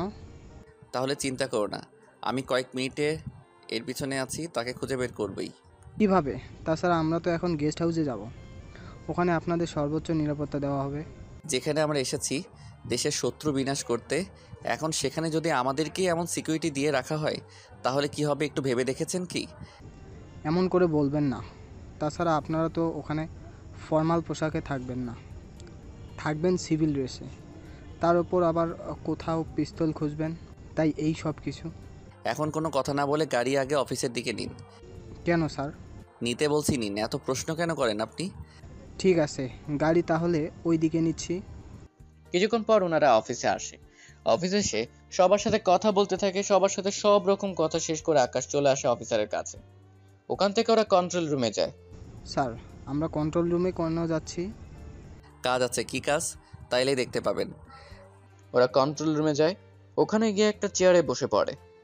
এরপর আকাশ সব সিসিটিভির মিনিট দেখতে থাকে। এখানে মোটামুটি আকাশ 30 মিনিটের ভিডিও দেখতে পায়। আমি আসার পর থেকে এখনো পর্যন্ত যতগুলো ক্যামেরায় যা যা রেকর্ড হয়েছে সব কিছু আমাকে এখনই দেখাও। কিন্তু স্যার, এইগুলি দেখে কি করবেন? তাছাড়া আমাদের তো গেস্ট হাউসে যেতে হবে। তাহলে এই পেন ড্রাইভে আমি আসার পর থেকে যা যা রেকর্ড হয়েছে সব কিছু আমাকে দিতে থাকো, কোনোটা যেন মিস না হয়। ঠিক আছে, আমি ওকে বলতেছি। এই স্যার যা যা চাইছে ওনাকে সবকিছু দিতে থাকো। 10 মিনিটের মধ্যে সবকিছু দেওয়া শেষ হয়ে গিয়েছে। এবার আকাশ উঠে চলে আসে গেস্ট হাউসে। ওখানে এসে ওরা বিশ্রাম করে, তবে আকাশ বিশ্রাম করার বদলে ল্যাপটপে ভিডিও দেখতে থাকে। ওখানে 5 জনের উপরে আকাশের সন্দেহ হয়, তবে 5 জনের উপর তদারকি করে ওখান থেকে 2 জনকে আকাশ খুঁজে বের করে। রাতে ওরা বিশ্রাম করে। পরের দিন সকালে আকাশ রেডি হয়ে চলে আসে ওদের অফিসে। ওখানে এসে ওখানকার বড় স্যারের সাথে দেখা করে। কেমন আছো তোমরা? জি ভালো। আপনার সাথে আমার কিছু কথা আছে। কি কথা? কথাটা হচ্ছে এই লোকটা কে?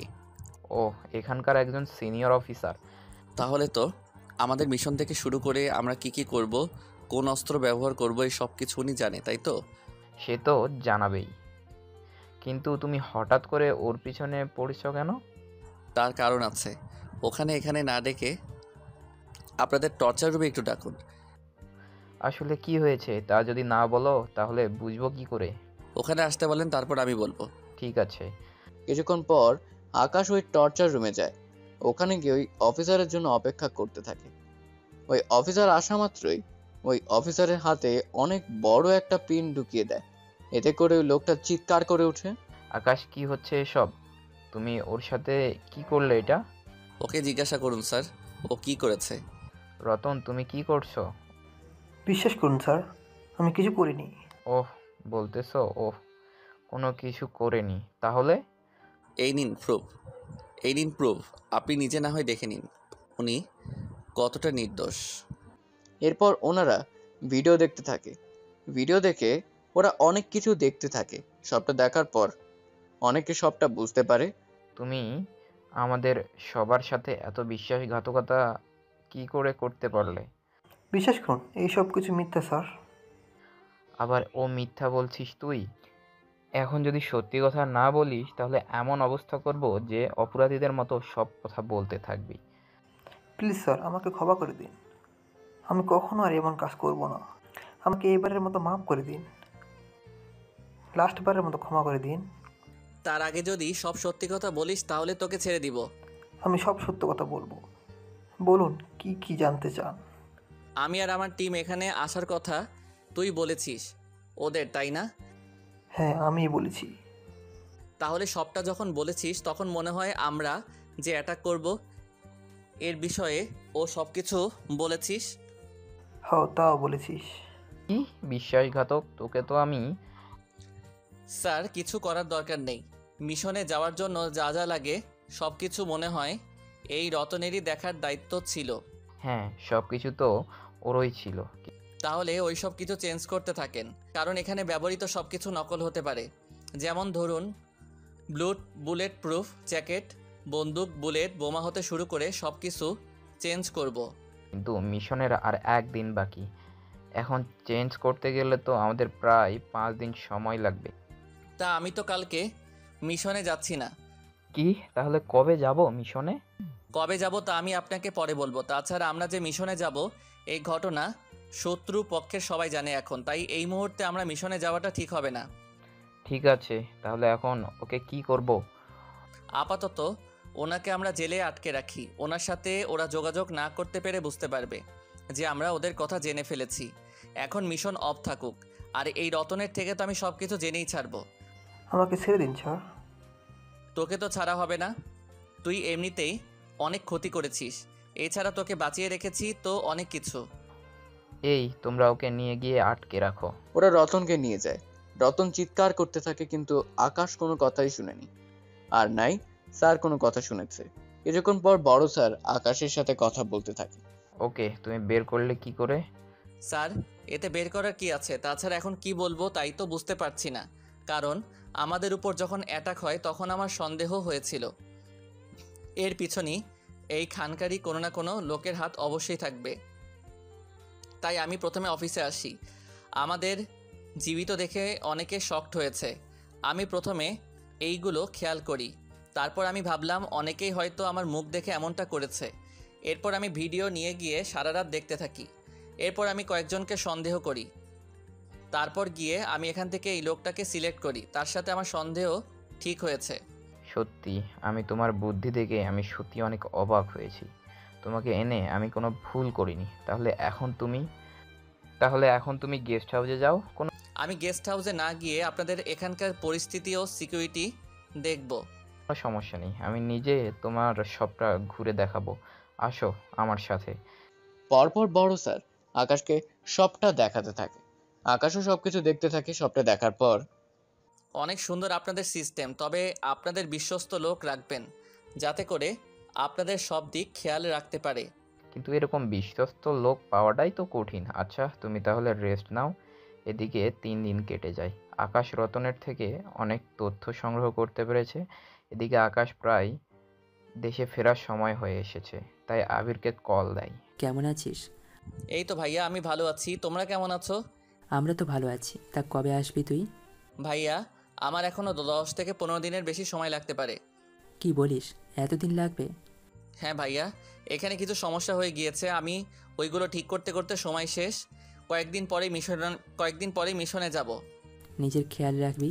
ঠিক আছে ভাইয়া, তুমিও মায়ের ও ভাবির। দেখ, ওই ডাইনির কথা বলবি না। তুই সাবধানে থাকিস। যদি কোনো টাকা লাগে আমাকে বলিস, আমি তোকে পাঠিয়ে দেব। ভাইয়া, আমার তো এখানে $1 ও খরচ করতে হয় না। তাছাড়া আমরা সব খরচ ও সরকারের। তার উপর আমার যা যা লাগে সব কিছু এইখানে থাকা লোকই দেয়। শোন, তোর কাছে কিছু চাওয়ার ছিল। কি লাগবে বলো আমায়।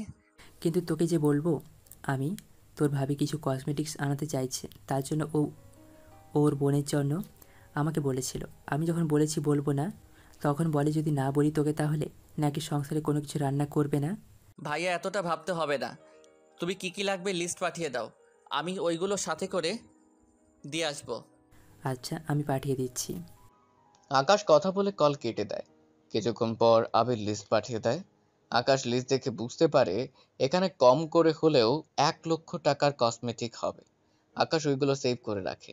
এইদিকে আমেরিকায় আকাশ কালো থেকে আবার আগের রূপে ফিরিয়ে আনার চেষ্টা চলছে। এখানে আরো উন্নত মানের ট্রিটমেন্ট আকাশকে দেওয়া হচ্ছে। আকাশের শরীরে প্রতিদিন অ্যাসিড ঢালা হয়।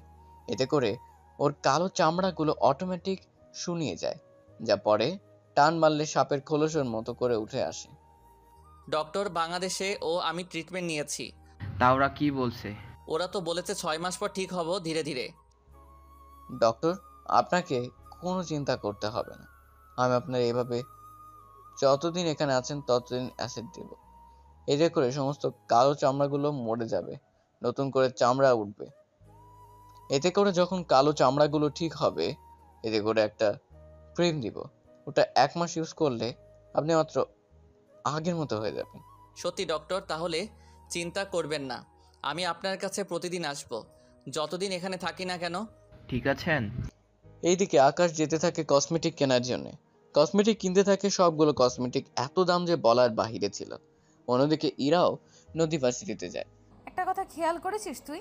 কি কথা? আজ থেকে 3 মাস আগ থেকে আকাশকে আমরা কোথাও পাচ্ছি না। এরপর আসলো ওই কালো ছেলেটা। এখন আকাশও গায়েব, তার সাথে ওই ছেলেটাও। ব্যাপারটা কি বলতো? আরে যাই হয়ে যাক না কেন, তাতে আমাদের কি? তাছাড়া তুই তো এমনিতে ওই কালো ছেলেটাকে সহ্য করতে পারিস না, তাহলে এত ভেবে কাজ কি তোর?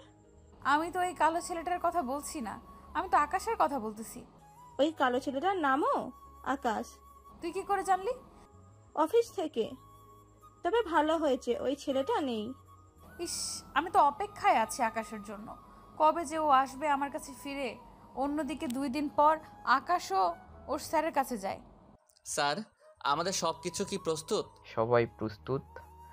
এখন তোমরা তাহলে অ্যাটাকের জন্য প্রস্তুত হও। আমাদের লোকেশন ও যাবতীয় যা যা লাগে সব কিছু দিন তাহলে আমাদের। তোমরা সবাই ওই রুমে যাও, ওখানে যা লাগবে নিয়ে যেতে পারো।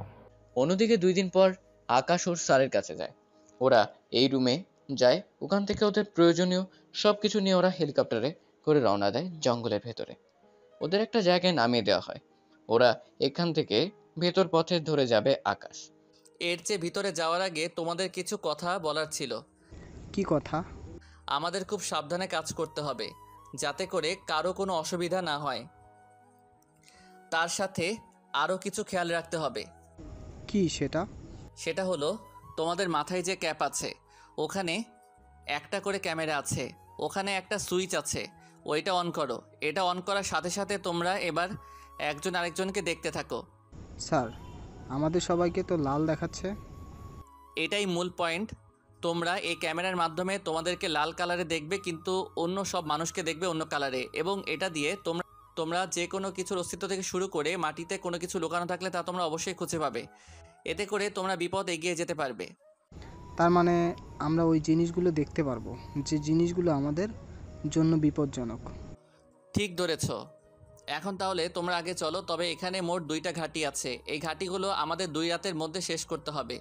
তার আগে আমাদের এখানে বিদ্যুৎ ও নেটওয়ার্ক জ্যামার ফিট করতে হবে। স্যার, ওদের কাছে যদি স্যাটেলাইট ফোন থাকে?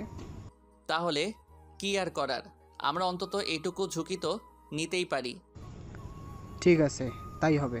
আমি নেটওয়ার্ক জ্যামার তাহলে অন করে দিলাম, আর বাকি রইল কারেন্ট। এখন আমরা বুঝবো কি করে ওরা কোন জায়গা থেকে এটা ব্যবহার নিয়েছে। একটা কাজ করো, 2 জন ওই যে একটা টাওয়ার দেখা যাচ্ছে। জি স্যার, দেখা যাচ্ছে। তোমরা 2 জন ওই টাওয়ারে যাবে। তারপর এখানে যতগুলো তার পাবে সবগুলো কেটে দিবে। তবে সাবধান, অনেক বেশি ভোল্ট ওই তারে থাকতে পারে। যদি বেশি সমস্যা মনে করো তাহলে বোম দিয়ে হলেও নষ্ট করে দিও। ঠিক আছে, তাই হবে। 2 জন ওইদিকে চলে যায়, অন্যদিকে আকাশ বাকি টিমদের নিয়ে বেরিয়ে পড়ে অন্যদিকে। ওরা ওখানে যেতে যেতে সন্ধে হয়ে আসে।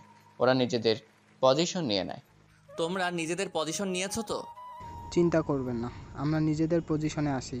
আমরা কি এখনই অ্যাটাক করব? এখন না, আগে এই জায়গা পুরো অন্ধকার হোক তারপর। কেননা এতে করে ওয়াইফাই থেকে শুরু করে সব কিছু বন্ধ থাকবে। এই মিশন শেষ করে আমরা আবার হাঁটা দিব অন্য আরেকটা মিশনের দিকে। তাই আমাদের এই মিশন আজ রাতের মধ্যে শেষ করতে হবে। চিন্তা করবেন না স্যার, মিশন খুব তাড়াতাড়ি আমি শেষ করব। এখন শুধু অপেক্ষার পালা।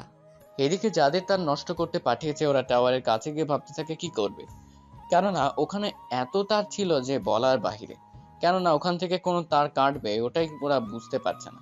তাই ওরা বুদ্ধি করে ওখানে একটা বোমা ফিট করে বোমা ব্লাস্ট করার 1 মিনিটের মধ্যে ওই জায়গার সব কারেন্ট অটোমেটিক চলে যায়। অন্যদিকে আকাশ ও টিমদের বলে, যে সুযোগের অপেক্ষায় করেছিলাম ওই সুযোগ আমরা পেয়েই গেলাম। তাই এখন সময় নষ্ট করা যাবে না। তোমরা 10 জন 10টা জায়গায় গিয়ে লুকিয়ে পড়ো। ওখান থেকে যারা বাহিরে বের হবে বা ফালাতে থাকবে তাদের শ্যুট করে মেরে ফেললাম। তবে সাবধান, কালার দেখে গুলি করবে। তবে তোমাদের আরও একটা কথা খেয়াল রাখতে হবে। কি কথা স্যার? তাছাড়া আপনি কিছু কথা নিজের মধ্যেও রেখে দেন। বেশি কথা বলবে না, যা বলতেছি শুধু শুনতে থাকো। তোমরা নিজেদের বুকের দিকে তাকাও। সবগুলো অফিসার নিজেদের বুকের দিকে তাকিয়ে দেখে। বুকের দিকে তাকিয়ে দেখে একটা লাল কালারের ম্যাগনেট লাগানো আছে। স্যার, এটা কি? এটা ম্যাগনেট। এটার সাহায্যে তোমরা নিজেদের চিনতে পারবে। তাই এখন তোমরা সামনে এগোতে থাকো। আপনি কি করবেন? তোমাদের যা বলেছি তা করো আগে তোমরা। ঠিক আছে, তাই হবে। ওরা সামনে এগোতে থাকে। কিছু দূর যাওয়ার পর ওরা অনেক বড় একটা আস্তানা দেখতে পায়। এই আস্তানার কাছে যায়, ওখানে কোনো সিকিউরিটি ছিল না। তাই ওরা একটু বেশি অবাক হয়। স্যার, এখানে তো কেউ নেই। ওরা কি তাহলে সতর্ক হয়ে কোথাও চলে গিয়েছে নাকি? স্যার, এখন তাহলে কি হবে? তোমরা এখানে থাকো। আমি যদি ভিতর থেকে কোনো সিগন্যাল দেই তাহলে তোমরা ভিতরে আসবে। কিন্তু স্যার আপনি একা একা কেন? আমরাও আসবো। তোমাদের আশাটা ঠিক হবে না, আমি যা বলতেছি তাই করো। হ্যাঁ ঠিক আছে। আকাশ ভেতরে যেতে থাকে, অন্যদিকে ওখানে গিয়ে কোনো কিছু আকাশের চোখে পড়ে না, কেননা ওখানে সবকিছু ফাঁকা ছিল। এদিকে 5 মিনিট পার হয়ে গিয়েছে, কিন্তু আকাশ কোনো সিগন্যাল দিচ্ছে না। স্যার এখন ও কেন আসছে না বুঝতে পারছি না। তা একবার ভিতরে গিয়ে কি দেখে আসবো স্যার? যাওয়ার দরকার নেই। তাছাড়া স্যার ও বলেছে উনি সিগন্যাল দেবে, তখন থেকে ওনার সিগন্যালের অপেক্ষায় করছি। ঠিক আছে স্যার, কিন্তু ওনার কোনো বিপদ হয়েছে কি না তা তো দেখতে হবে। অপেক্ষা করতে থাকো। 10 মিনিট যাওয়ার পর আকাশ ওখানে কিছু ক্লু পায়। ওই ক্লুয়ের উপর ভিত্তি করে আরো কিছুক্ষণ সব দেখতে থাকে। কিছুক্ষণ সময় যাওয়ার পর একটা দরজা দেখতে পায়, যে দরজা অন্য সব দরজা থেকে একদম আলাদা। তাই ওই দরজার বাহিরে আসে। আকাশকে দেখে বাকি অফিসারগুলো জিজ্ঞেস করে, স্যার কোনো কিছু পেয়েছেন? পেয়েছি, আসো আমার সাথে। বাকি লোকেরা এখানে লুকিয়ে অপেক্ষা করতে থাকো, কেননা যে কোনো দিক দিয়ে আক্রমণ হতে পারে। ঠিক আছে। আকাশ ওদের ভিতরে নিয়ে যায়। ওখানে কিছু দরজা দেখাতে থাকে আকাশ, ওরাও দেখতে থাকে। অন্যদিকে ওরা অনেক খোঁজাখুঁজি করার পর একটা সুইচ দেখতে পায়, তাই ওই সুইচ চাপ দিতে দরজাটা সরে যায় এবং নিচ থেকে একটা বক্স উঠে। আমার সাথে 2 জন আসো। যদি ভিতরে সব কিছু ঠিক থাকে তাহলে আমরা ফিরে আসব, যদি কোনো ঝামেলা দেখি তাহলে কন্ট্যাক্ট করব, তখন তোমরা আসতে পারবে। ঠিক আছে স্যার, তাই হবে। কিছু অফিসারকে নিয়ে ভেতরে ঢুকে যায়। কিছুক্ষণ পর ওই বক্স নিচে যেতে থাকে। নিচে গিয়ে ওরা আশ্চর্য হয়ে যায়, কেননা ওখানে মাঝখানে ফাঁকা আর চারপাশে অনেক দেয়াল আছে, তার মাঝে অনেক দরজা। স্যার এতগুলো দরজা এখানে? তাই তো দেখতেছি, তবে সাবধানে থাকবে, কেননা এই দরজার ভিতর দিয়ে মানুষও বের হতে পারে। স্যার আমরা তো ক্যামেরা দ্বারা দেখতে পারবো। তা তো আমরা এখনও দেখতেছি। এই রুমটা কার্বন পলিটর দিয়ে প্রস্তুত করা, তাই আমরা এর ভিতরে কিছু দেখতে পারবো না। এখন তাহলে উপায়? আগে বক্সে গিয়ে উঠো, একটা বোমা ওই জায়গায় মারতে থাকো, এরপর দেখো এখানে কি হয়। ওকে স্যার, তাই করতেছি। ওরা বোম মারার সাথে সাথে ওই রুমগুলো থেকে অটোমেটিক গুলি বের হতে থাকে। আকাশ সব বাকি অফিসার তাড়াতাড়ি করে বের হয়ে আসে, বক্সে উঠে চলে আসে উপরে। অন্যদিকে আকাশ দেখলে তো কতটা বিপজ্জনক। তাছাড়া আমাদের কাছে 2টি পথ আছে, একটা ওইগুলো হয়তো লোক থাকবে, তাদের আমরা যে করে হোক মেরে ফেলবো। আরেকটা হতে পারে ওখানে কিছু নেই, ওরা অটোমেটিক লেজার মেশিন দ্বারা হয়তো গুলি করাতে পারে। স্যার এইগুলো কি সম্ভব? অবশ্যই সম্ভব। এখন আমাদের প্ল্যান চেঞ্জ করতে হবে। আমি একা নিচে যাব, আমাকে কিছু এক্সপ্লোসিভ মেশিন আর ডায়নামাইট দাও। স্যার একা একা যাওয়াটা ঠিক হবে না আপনার। যা বলেছি তাই করো। ঠিক আছে স্যার। আকাশ ওই সব কিছু নিয়ে নিচে নেমে যায়। কিছুক্ষণ আকাশ নিচে নামে, এরপর প্রতিটা দরজার চুম্বকের সাহায্যে ডায়নামাইট আটকে দেয়। কিছুক্ষণ পর সবগুলো ডায়নামাইট ফেটে যায় এবং ভিতরের দরজাগুলো খুলে যায়। তার ভেতর থেকে কিন্তু কোনো লোকের চিৎকার অথবা কোনো কিছু একটুর জন্য শোনা যাচ্ছে না। আকাশ এতে করে অবাকই হয়। সে যেন ধীরে ধীরে ভিতরে যাওয়ার সময় কিছু একটার উপরে পা পড়ার সাথে সাথে অটোমেটিক লেজার বের হতে থাকে। এদিকে আকাশ এখনো ওখান থেকে কার রহস্য বুঝতে পারছেন, আসলে কি হচ্ছে এখানে। অন্যদিকে বাহিরে ওরা চিন্তা করতে থাকে ব্যাপারটা আসলে কি হয়েছে না হয়েছে এসব কিছু নিয়ে। কিছুক্ষণ পর অনেক কিছু করার পর আকাশ ভিতরে চলে আসে। এখানে এসে আকাশ অনেক অবাক হয়, কেননা এখানে রোবটের সাহায্য নিয়ে সব কিছু করা হয়। আকাশ ওখানে একটা কম্পিউটার দেখতে পায়, ওখানে এই রোবটগুলোকে কন্ট্রোল করার সব রকম ব্যবস্থা আছে, তাই তাড়াতাড়ি করে রোবটগুলোকে নষ্ট করে দেয়। ওদের নষ্ট করার পর আকাশ বাকি লোকদের এখানে আসতে বলে। ওরাও নিচে নেমে আসে। ওরা এসে দেখে পুরো রুমটা লন্ড বন্ড হয়ে আছে। কি হয়েছে এখানে স্যার? কি হয়নি তা বলো। আচ্ছা থাক গিয়ে সেসব কথা, এখন একটা কাজ করতে হবে। কি কাজ স্যার? তোমাদের কাছে যে পরিমাণ ডায়নামাইট আছে ওইগুলো বাঁচিয়ে রাখো, তার সাথে অ্যাসিডিক যে বোমাগুলো আছে ওইগুলো বের করো। স্যার কি বলছেন? ওইগুলো অনেক পাওয়ারফুল, একটা ফাটলে এখানে সব কিছু গলে যাবে। তা নিয়ে তোমাদের টেনশন করতে হবে না, তোমাদের যা যা বলেছি সে অনুযায়ী কাজ করতে থাকো। ঠিক আছে স্যার। ওরা ওখানে 4টা অ্যাসিড বোমা ফিট করে নেয়। এরপর আকাশ ওদের সবাই নিয়ে বেরিয়ে আসে, তার সাথে ওখানে একটা মাইকও রেখে আসে। বাইরে এসে সবাইকে অ্যালার্ট থাকতে বলে। স্যার আমরা তো বোমা লাগিয়েছি, তাহলে অ্যালার্ট কেমন রাখবো? একটু পরেই দেখবে মূলত এখানে কি হচ্ছে, তাই তাড়াতাড়ি করে নিজেদের পজিশন নিয়ে নাও। ওরা নিজেদের পজিশন নিয়ে নেয়। অন্যদিকে আকাশ একটা মাইক নেয়, যা সরাসরি ভিতরে কানেক্ট করা। আমি তোমাদের 2 মিনিটের সময় দিচ্ছি। যদি তোমরা এর ভিতরে উপরে উঠে না আসো তাহলে বুঝতে পারবে আমি কি করি। তোমাদের সিম্পল হিসেবে তোমরা দেয়ালে তাকিয়ে দেখতে থাকো, ওখানে তোমরা কিছু দেখতে পারবে। ওখানে আছে অ্যাসিড বোমা। এটা যদি একবার ফাটে তাহলে তোমার শরীর গলে গলে নিচে পড়বে। তাই এই রকম ভয়াবহ মৃত্যু যদি না চাও তোমরা তাহলে বেরিয়ে আসো। আকাশ কথা বলে অপেক্ষা করতে থাকেন। এভাবে সবাই একে এসে বের হতে থাকে। অন্যদিকে অফিসারগুলো তো অনেক অবাক হয়। স্যার কি করে করলেন? বেশি জানতে চেও না, শুধুমাত্র দেখেই যাও। ঠিক আছে। এরপর একে একে 20 জন লোক বেরিয়ে এলো। ওদের কাছে কোনো অস্ত্র ছিল না, তবু লুকিয়ে কোনো অস্ত্র এনেছে কিনা তাও ওরা জানে না। সবাই বের হওয়ার পর তোমাদের এখানকার পরিস্থিতি কি, মানে এখানকার রহস্য কি? আমরা কিছু জানি না, তাছাড়া আমাদের যা কিছু বলা হয় তাই আমরা করি। ভিতরে একটা অটো সেন্সর আছে যেটা মানুষের অস্তিত্ব পাওয়া মাত্রই অ্যাক্টিভ হয়ে যায়। আমি যখন ওখানে বোমা দিয়ে দরজাগুলো ভাঙি তখন তো তোমরা ভিতরে ছিলে, তাই না? হ্যাঁ, আমরা ভিতরে ছিলাম। তাহলে তোমাদের থেকে কোনো সারা শব্দ কেন পাইনি? আমাদের আগেই সবটা বুঝতে পেরেছি, তাই কোনো কিছু করিনি। প্লিজ আমাদের ছেড়ে দিন, আমরা আর কোনো কিছু করব না। ছেড়ে দিব একটা শর্তে। কি শর্ত? যদি তুই আমাদের বলে দিস এর ভিতরে আর কি কি লুকানো আছে, সব যদি বলিস তাহলে যেতে দিব। বলতেছি প্লিজ, তবুও আমাদের মারবেন না। তোদের মধ্যে 2 জন আমাকে সব কিছু দেখা, বাকিরা এখানে থাক। এই তোমরা এদের দেখো, যদি কোনো চালাকি করো তোমরা তাহলে কেউই বাঁচবে না। আমরা কোনো চালাকি করব না, তবুও আমাদের কিছু করো না। চলো। ওই লোকগুলো আকাশকে নিচে গিয়ে সবটা দেখাতে থাকে। আকাশও সবটা দেখতে থাকে। কিছুক্ষণ পর আকাশ বেরিয়ে এলে এখানে তেমন কিছু দেখলো না, তাই বেরিয়ে আসলো। তোদের বস কে? বিশ্বাস করুন, আমরা ওনাকে চেনা তো দূরের কথা, আমরা ওনার নামটাও কখনো শুনিনি। সত্যি বলছিস তো? সত্যি বলছি, তবে আমাদের একটা লোক ওকে দেখেছে। সে এখন কোথায়? একটু আগে বোমার জন্য সে মারা যায়। ও শিট, তাহলে এটা বল, তোদের আরও একটা আস্তানা আছে। ওই আস্তানা কোন দিকে তাড়াতাড়ি বলো। আমরা কন্ট্যাক্ট করতে পারি, কিন্তু কোন জায়গা তা বলতে পারি না। তা তোমাদের ফোন ট্র্যাপ করে তো আমরা বের করতে পারবো। তা তো পারা যাবে না। কেন পারা যাবে না? তাছাড়া আমরা তো সচরাচর সবগুলো ফোন ট্র্যাপ করতে পারি। আমাদের ফোন অন্য সব ফোন থেকে অনেকটা আলাদা। কি ফোন তোমাদের? আমাদের ফোন হচ্ছে স্যাটেলাইট, সেজন্য হ্যাক করা সম্ভব না। অফিসার, এদের সবাইকে নিচে ছেড়ে দাও। ঠিক আছে। ওরা খুশি হয়ে নিচে নেমে যায়। ওরা যাওয়ার পর আকাশ ও বাকি টিমগুলো ওই জায়গা থেকে অনেক দূরে চলে আসে, এসে ওই বোমাগুলো অ্যাক্টিভ করে দেয়। এতে করে ভিতরে থাকা লোকগুলো বুঝতে পারে ওদের ধোঁকা দিয়েছে।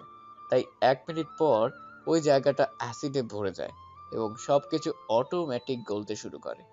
অন্যদিকে রতন ও বাকি অফিসার তা দেখে ভয় পেয়ে যায়। ওরা কখনো ভাবেনি এই বোমাটা এরকম আক্রমণ করতে পারে।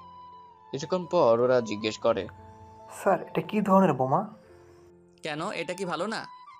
এত পাওয়ারফুল বোমা আমি তো জীবনেও দেখিনি। আচ্ছা স্যার, এই বোমা যদি খোলা জায়গায় ব্লাস্ট করা হয় তাহলে একবার ভেবে দেখেছেন? এই বোমা খোলা জায়গায় কোনো ক্ষতি হবে না, তবে মানুষ থাকলে তারা গলে যাবে, কেননা এই বোমা কোনো কিছু গলাতে সাহায্য করে। যদি ওখানে কোনো কিছু না থাকে তাহলে গলাবে কি করে? কথা তো ঠিক বলেছেন। তাহলে কি এবার যাওয়া যাবে? হ্যাঁ চলুন স্যার, তবে আমরা এখন কোথায় যাবো এত রাতে? আমরা আজকে রাতে ক্যাম্পিং করব, তাই কিছু লোক পাহারা দিবে, আবার কিছু লোক রেস্ট নেবে। কিন্তু স্যার আর 3 ঘন্টা পর তো ভোর হয়ে যাবে। সমস্যা নেই, ভোর হলেই আমরা অন্য জায়গায় যাব এবং তার সাথে আমাদের হাতিয়ারও চলে আসবে। তাহলে তো ভালোই। কিন্তু স্যার একটা কথা বলবো, আপনি যদি কিছু মনে না করেন। কি কথা বলো আমাকে? স্যার আমি তো এই ক্যাম্পের হেড, আমার উপর মাত্র আমার বড় স্যার, কিন্তু উনি আমার সাথে কোনো প্ল্যান করেনি, কিন্তু আপনার সাথে ঠিকই প্ল্যান করেছে। এর কারণ কি স্যার? এই মিশনে কি কি হবে না হবে এই ব্যাপারে কোনো কিছু আমি জানি না। তার জন্য কি তোমার আফসোস হচ্ছে? আফসোস কিছুটা হচ্ছে। কেন? কারণ আমাকে স্যার সবার তথ্য দিচ্ছে না, সেই জন্য। চিন্তা করো না, আমি এখান থেকে চলে গেলে তো আর কোনো সমস্যা হবে না। স্যার আমরা মিশনে কি সকালে করব না রাতে? আমরা মিশন করব রাতে। সকালে আমাদের কাছে খাবার চলে আসবে, তোমরা খাবার খেয়ে রেস্ট নিবে। দুপুরে আমরা এখানে থাকবো, এখানে খাবার খেয়ে আমরা বের হব। আচ্ছা এই মিশন তো আমরা দিনও করতে পারতাম। দিনের বেলায় এই ক্যামেরা কাজ করে না, তাই আমরা দিনের বেলায় মিশন শুরু করতে পারবো না। কিন্তু স্যার ক্যামেরা ছাড়াও তো আমরা মিশন করতে পারবো। তা পারবো, কিন্তু এতে রিস্ক 100% থেকে যাবে। তোমাদের সকালেরও দুপুরে খাবার দেওয়া হবে, এই খাবার খেয়ে তোমাদের আজকের দিন এবং রাত কাটাতে হবে, কেননা আমরা মিশন শেষ করে আবারও আমানতের ক্যাম্পে রওনা দিব। ওখান থেকে আমি 2-3 দিন থেকে তারপর আমি আমার দেশে ফিরে যাব। ও বুঝলাম। এইদিকে ওরা পালাক্রমে যেতে জাগতে থাকে। সকালে ওদের জন্য খাবার আনা হয়, ওরা নিজেদের প্রয়োজনীয় খাবার খেয়ে নেয়, বাকি খাবার ওরা রেখে দেয়। এরপর আকাশ ওদের সবটা বলতে থাকে। খাবার খাওয়া শেষ করে আকাশ ওদের প্ল্যান বুঝতে পারে। ওরা সবকিছু বুঝতে থাকে, ওরা রেস্ট নিতে থাকে। দুপুরে খাওয়া শেষ করে ওরা হেলিকপ্টারে করে রওনা দেয় পরবর্তী মিশনের দিকে। ওরা আবার ওখানে যেতে থাকে। ওই দিকটার সামনের দিকে আকাশ কিছু একটা দেখতে পায়, কেননা ওখানে একটা লেজার গান দেখতে পায়। দূর থেকে কেউ মেশিন দিয়ে লেজার মারতে থাকে, এতে করে বিমানে কিছুটা ক্ষতি হয়।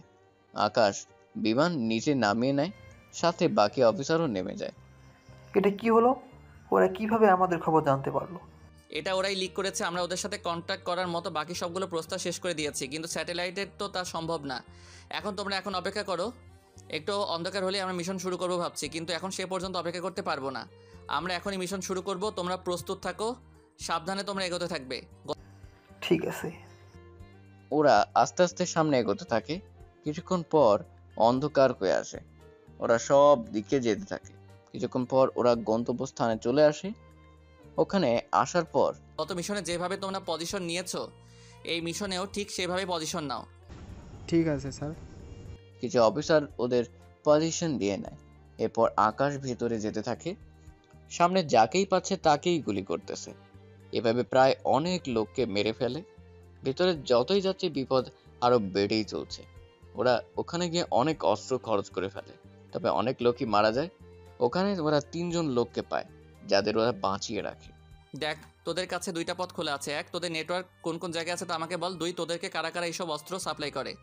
বিশ্বাস করেন, আমি আমার কোনো বস নই। আমরাও ওদের মতো কাজ করি, আমরা কিছু জানি না। ও তাই নাকি? তাহলে একটা বল, তোদের সব তাহলে কোথায় গিয়েছে? উনি তো এখান থেকে পালিয়ে গিয়েছে। একদম মিথ্যে বলবি না। সত্যি বলতেছি, উনি একটা বিমানে করে গিয়েছে। আবারও মিথ্যে বলতেছিস? ও ঠিক বলেছে, আমি 10 মিনিট আগে একটা হেলিকপ্টারে উড়ে যেতে দেখেছি। তাহলে কখন কেন বললে না? স্যার, আমি তো ভেবেছিলাম ওই বিমান নিয়ে আক্রমণ করবে, তাই আমি ভাবলাম তখন দেখতেই পারবেন, সেজন্য আমি কোনো কথা বলিনি। এই তোরা তাহলে বল, তোদের বস কোথায় থাকে, কোথায় পাওয়া যাবে তাকে? দেখুন, ওনার সম্পর্কে আমরা কিছু জানি না। আপনি যদি আমাদের মেরেও ফেলেন তাও আমরা এটাই বলবো। তাহলে কি করব এখন স্যার? ওখানে যা করেছি তাই করো। ঠিক আছে স্যার। এরপর এই জায়গার মতো এখানেও বোমা দিয়ে সবকিছু গুলিয়ে দেয়। ওখানে সবাইকে মেরে আকাশ চলে আসে ক্যাম্পের ভেতরে। ওখানে গিয়ে বড় স্যারের সাথে দেখা হয়। ওখান থেকে আকাশ চলে আসে গেস্ট হাউসে। ওখানে এসে আকাশ ওর ভাইকে কল দেয়। এইদিকে আকাশ এই দিন এখান থেকে ওর ট্রিটমেন্ট করতে থাকে, কেননা আকাশ এই 10 দিনের ভেতরে ওর চেহারা ঠিক করে তারপর যাবে ওর দেশে। এদিকে 10 দিন পর আকাশ দেশে আসে। আকাশ দেশে এসে চলে আসে নিজের বাড়িতে। বাড়িতে আসার পর অদ্রিও রোজা আকাশকে দেখেও চিনতে পারছে না, কেননা আকাশের আগের চেহারা এখন আর নেই। আকাশকে দেখে ওরা তো অবাক হয়, তার সাথে আকাশও কোনো কিছু বলে না। আকাশ ব্যাগ নিয়ে ভেতরের দিকে যেতে থাকবে, তখন আকাশ ওখানে ইরাকে দেখতে পায়। আকাশ তো অবাক হয়ে ইরাকে দেখে। এইদিকে আকাশের ভাই আবির ওর মাকে নিয়ে হসপিটাল থেকে আসতেছে, কেননা উনি আকাশের চিন্তায় অসুস্থ হয়ে গিয়েছে। এখন পুরো বাড়িতে আকাশ তাকিয়ে আছে ইরার দিকে, অদ্রিও রোজা তাকিয়ে আছে আকাশের দিকে। তার সাথে আকাশ ওর ভাই আর মাকে দেখতেছে। এখন গল্পের ইন্টারেস্টিং হচ্ছে কি হবে এখানে, তা আপনারা জানতে পারবেন সিজন 2 মাধ্যমে। সিজন 2 মাধ্যমে আপনারা জানতে পারবেন আকাশের চেহারা কালো হওয়ার রহস্য, সব কিছু জানতে পারবেন। তাই সিজন 2 পর্যন্ত অপেক্ষা করুন। আকাশ তো অবাক হয়ে ইরাকে দেখে। এইদিকে আকাশের ভাই আবির ওর মাকে নিয়ে হসপিটালের থেকে আসতেছে, কেননা উনি আকাশের চিন্তায় অসুস্থ হয়ে গিয়েছে। এখন পুরো বাড়িতে আকাশ তাকিয়ে আছে ইরার দিকে, অদ্রিও সোজা তাকিয়ে আছে আকাশের দিকে। তার সাথে আকাশ ওর ভাই আর মাকে দেখতেছে। এরপর সবাই অবাক হয়ে তাকিয়ে আছে। আশপাশে শুধুমাত্র আমি ও অদ্রিজা, এরা দুজনকে চিনতে পারছে না। আর না হয় বাকি তিনজনে চিনতে পেরেছে। আকাশকে ওর মা গিয়ে জড়িয়ে ধরে। কথাগুলো বলে ইরা চলে যায় এখান থেকে। ইরা চলে যাওয়ার পর থেকে আকাশ এখানে দাঁড়িয়ে আছে, একটি বারের জন্য ওকে আটকালো না। ইরা চলে যাওয়ার পর অদ্রি ও রোজা তাকিয়ে আছে, কেননা ওদের দুজনের মাথায় কোনো কিছু ঢুকছে না। তাই অদ্রি প্রশ্ন করে। এরপর আকাশ ওর মাও আবিরকে ইশারা করে যাতে এখন কোনো কিছু না বলে, কেননা এখন যদি আকাশ সবকিছু বলে দেয় তাহলে সমস্যা হতো। এইদিকে রোজাও আকাশকে দেখে একদম ফিদা হয়ে গিয়েছে। রোজা তো আকাশের দিকে তাকিয়ে আছে, চোখই ফেরাতে পারছে না, কেননা আকাশ আগে অনেক সুন্দর ছিল, যার জন্য ওকে সবাই অনেক পছন্দ করত। এদিকে আকাশ রুমে যায় এবং আকাশের পিছনে ওর মা ও ভাই ওরা সবাই আসে। ওরা রুমে আসলে আকাশ দরজা বন্ধ করে দেয়। ওরা দুজন বেরিয়ে যায়। অন্যদিকে আকাশ রেস্ট নেয়। এরপর আকাশ রবির সাথে যোগাযোগ করে। অন্যদিকে আবির যখন ক্লাসরুমে আসে তখন আদ্রিও রোজা আবিরের কাছে আসে। রোজা ওই রুমে যায়। ওখানে গিয়ে দেখে আকাশ মাত্র গোসল করে টাওয়েল পরে দাঁড়িয়ে আছে। আকাশকে এইভাবে দেখে রোজা তো নিজেকে ধরে রাখতে পারছে না। আকাশ যদি রোজাকে দেখে লজ্জা পায়, কিন্তু রোজা একটু লজ্জা পাচ্ছে না, সেজন্য এদিকে রোজাও সবকিছু নিয়ে বেরিয়ে আসে মন খারাপ করে। রোজা ওর বোনের কাছে যায়, রোজার রুমে চলে যায়। অন্যদিকে ইরা তো অনেক খুশি আকাশের সাথে দেখা করতে পেরে, কেননা ইরা আকাশকে অনেক ভালোবাসে। সেজন্য ভার্সিটি থেকে অনেক কিছুর বিনিময়ে ঠিকানা জোগাড় করে আকাশের বাড়িতে আসে। কিন্তু আকাশকে আবার দেখতে পেয়ে ইরা তো মনই ভালো হয়ে গিয়েছে, তাই না চাইতেও কিছু না বলে চলে আসে। এখন চলুন আপনাদের তাহলে 2 বছর আগের কাহিনী বলি, যেখানে আপনারা ইরাও আকাশের ব্যাপারে জানতে পারবেন, তার সাথে গল্পের যে যে রহস্য আছে তাও আপনারা জানতে পারবেন। তাহলে চলুন আপনাদের ফ্ল্যাশব্যাক নিয়ে যাই। ফ্ল্যাশব্যাক: আকাশ যেদিন চিৎকারতে জয়েন করার জন্য কথা, ওই দিন ছিল আকাশের ফাইনাল পরীক্ষা। মানে আকাশ ওই দিন যদি চাকরিতে জয়েন না করে তাহলে এই চাকরি হারাবে। তাই আকাশ ওর মাও আবিরের সাথে কথা বলে। আবিরও মা আকাশকে চাকরিতে জয়েন করতে বলে। আকাশ সেজন্য আর্মি ক্যাম্পে চলে আসে। ওখানে আকাশ লাইনে দাঁড়িয়ে সবার মতো ফর্ম দিয়ে নিজের সব কাগজপত্র নিয়ে চলে আসে। বাসার দিকে আসার পথে আকাশের সাথে একটা মেয়ের ধাক্কা লাগে। এতে করে আকাশ মেয়েটির উপর পড়ে যায়। নিচে পড়ে গিয়ে আকাশ তো অবাক হয়ে তাকিয়ে আছে, কেন মেয়েটি অনেক সুন্দর ছিল। মেয়েটিও আকাশকে দেখতে ব্যস্ত। ওরা দুজনেই ব্যাপারটা বুঝতে পেরে উঠে দাঁড়ায়। এইদিকে ভেবেছিল মেয়েটি আকাশকে থাপ্পড় দিবে, কিন্তু মেয়েটি তেমন কিছু করলো না, উল্টে আকাশের দিকে তাকিয়ে আছে। আকাশ চোখ বন্ধ করে আছে। এরা আলতোভাবে আকাশের মুখটা ছুঁয়ে ধরে। এতে করে আকাশ চমকে উঠে আস্তে আস্তে ঠোঁট চোখ মেলে তাকিয়ে দেখে আসলে ব্যাপারটা কি। চোখ মেলে তাকিয়ে দেখে ইরা মিষ্টি হাসি দিয়ে তাকিয়ে আছে। এবার আকাশের মুখে হাসি ফুটে। এরা চলে যায় এরা যাওয়ার পথে। ওই লোকগুলো আকাশকে মারার জন্য, কিন্তু আকাশও কম না, ওদের মারতে থাকে। কেননা ট্রেনিং করেছে, তাই শত্রুদের সাথে কিভাবে মোকাবেলা করতে হয় তাই খুব ভালো করে জানা আছে। এইদিকে ওদের মেরে অবস্থা খারাপ বানিয়ে দেয়। ওরা চলে যাওয়ার পর বাড়িতে এসে ওর মাকেও ভাইকে এই সুখবরটা দেয়। ওদের পরিবারে কারা কারা থাকে তা আপনার সিজন 1 অনেকবার পড়েছেন, তাই নতুন করে আর বলতে চাই না। চাকরির ব্যাপারটা শুনে সবাই অনেক খুশি হয়। একে একে ওর ভাই চলে আসে। আবির আসার পর কয়েকদিন সকালে আকাশ বের হয়ে দেখে ওর মা নাস্তা বানাচ্ছে। তখন আকাশের কিছুটা খারাপ লাগে, কেননা ওর মা এখনো সংসার কাজ করতে হয়। কিছুক্ষণ পর আকাশের ভাই আবির উপর থেকে নিচে নামে। ওরা দুইজন দুই দিকে চলে যায়। আকাশ আসে ইউনিভার্সিটিতে, কেননা আকাশের কয়েকদিন পরে পরীক্ষা, সেজন্য স্যারের সাথে কথা বলতে এসেছে। তাই আকাশ স্যারের রুমে আসে। আকাশ এরপর সবকিছু বলতে থাকে। সবটা শোনার পর স্যার কি বলবে বুঝতে পারছে না, তাই উনি একটা সলিউশন দেয়। তাই আকাশ সবটা শুনে চলে আসে ভার্সিটি থেকে। ওখান থেকে বের হওয়ার সময় আকাশ ইরাকে দেখতে পায়, তাই মুখ লুকিয়ে বের করতে গেলে ইরা বুঝতে পারে। ইরা সবটা বুঝলেও কে হতে পারে তাই ইরা বুঝতে পারছে না, সেজন্য ডাক দেয়। অনেক ভয় পর আকাশ মুখ থেকে হাতটা সরায়। এতে করে ইরা অবাক হয়, তাই আবারও জিজ্ঞেস করে। আকাশ ইরার ভয় এখান থেকে পালিয়ে আসে। পালানোর সময় ইরার কয়েকটা বান্ধবী আকাশকে ধরে ফেলেছিল, কিন্তু ওদের হাত থেকে অনেক কিছুর পর ছুটে পালিয়ে গেল। ওখান থেকে বাড়িতে চলে আসে। এরপর আকাশ ভয়ে আর ভার্সিটি যায়নি। এরপর 7 দিন আকাশ ওর পরিবারের সাথে অনেক দিন কাটাতে থাকেন। সবকিছু নিয়ে আকাশের দিন খুব ভালোই যাচ্ছিল। 7 দিন পর আকাশ ওর মা ও ভাইকে ছেড়ে চলে আসে ক্যাম্পে। ওখানে অনেকের সাথে আকাশের পরিচয় হয়। আকাশ ওদের সাথে পরিচয় হয়, তখন ওদের সাথে আকাশের রবির সাথে পরিচয় হয়। ওরা দুজন বড় স্যারের কাছে যায়।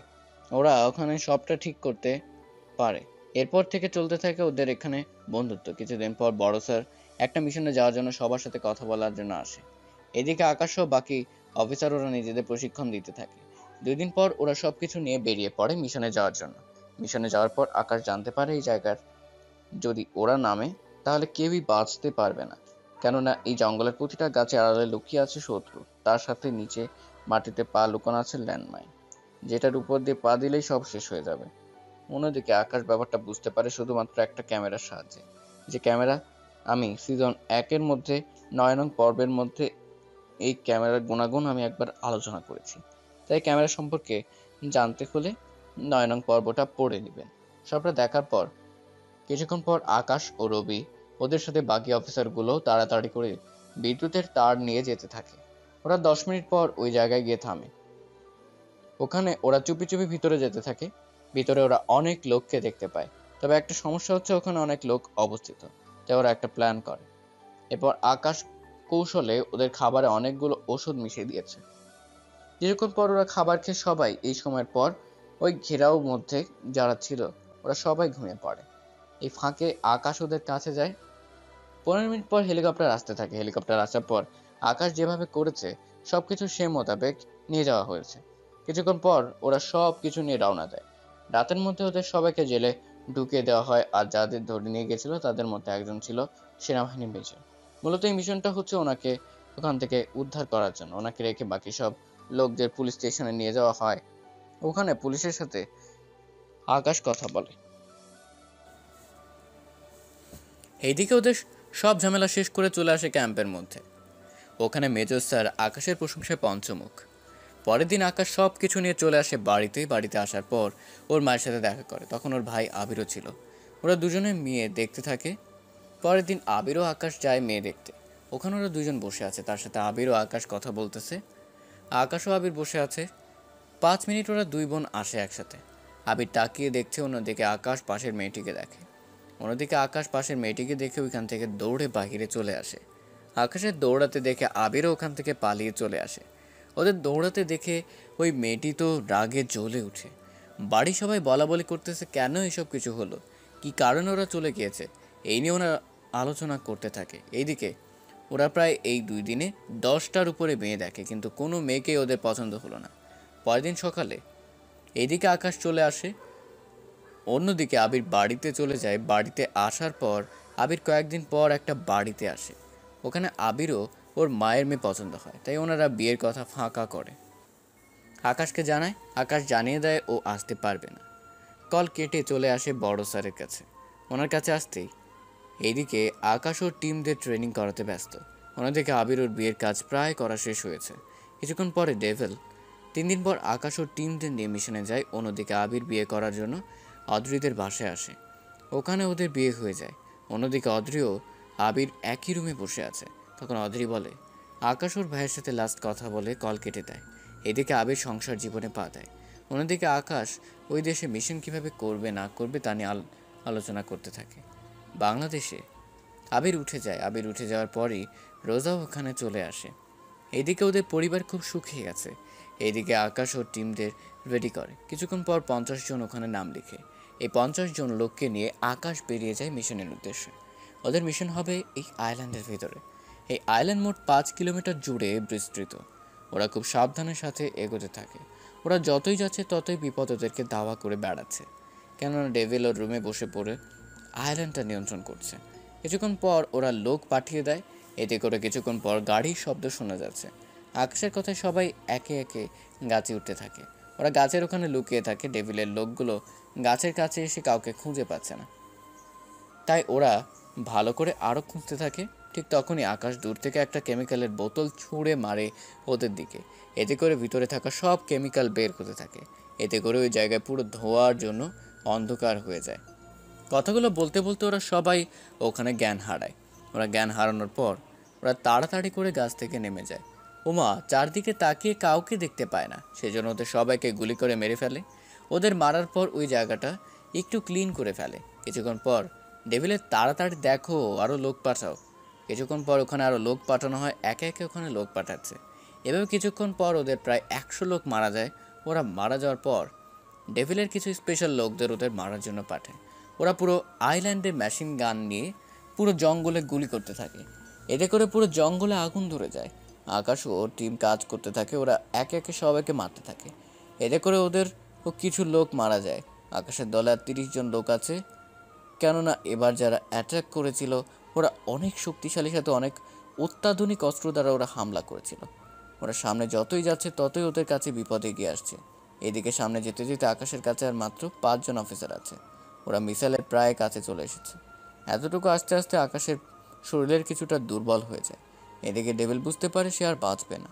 তাই ডেভিলের লোকের সাথে কথা বলে ওখান থেকে একটা হেলিকপ্টার উঠে চলে যেতে থাকে। হেলিকপ্টার ওঠার আগে মিসাইল ছেড়ে দেয়। মিসাইল যেতে থাকে। আকাশ ওই মিসাইলের সব কিছু জানে, তাই বাকি অফিসারদের ধাক্কা মেরে পানিতে ফেলে দেয় এবং সামনে থাকা একটা রকেট ওই মিসাইলের দিকে ছুঁড়ে মারে। এতে করে রকেট গিয়ে মিসাইলে লাগে, সাথে সাথে মিসাইল ব্লাস্ট হয়ে যায়। মিসাইল এতটাই পাওয়ারফুল ও তাপ ছিল যে ওর তাপে আইল্যান্ডে থাকা সবগুলো গাছ আগুনে পুড়ে ছাই হয়ে যায়। ওই তাপ এসে আকাশের মুখে লাগে, তাও অল্প একটু। আকাশ ছিটকে পানিতে পড়ে যায়। আকাশের সাথে থাকা বাকি অফিসারগুলো আকাশকে দেখে কাছে আসে।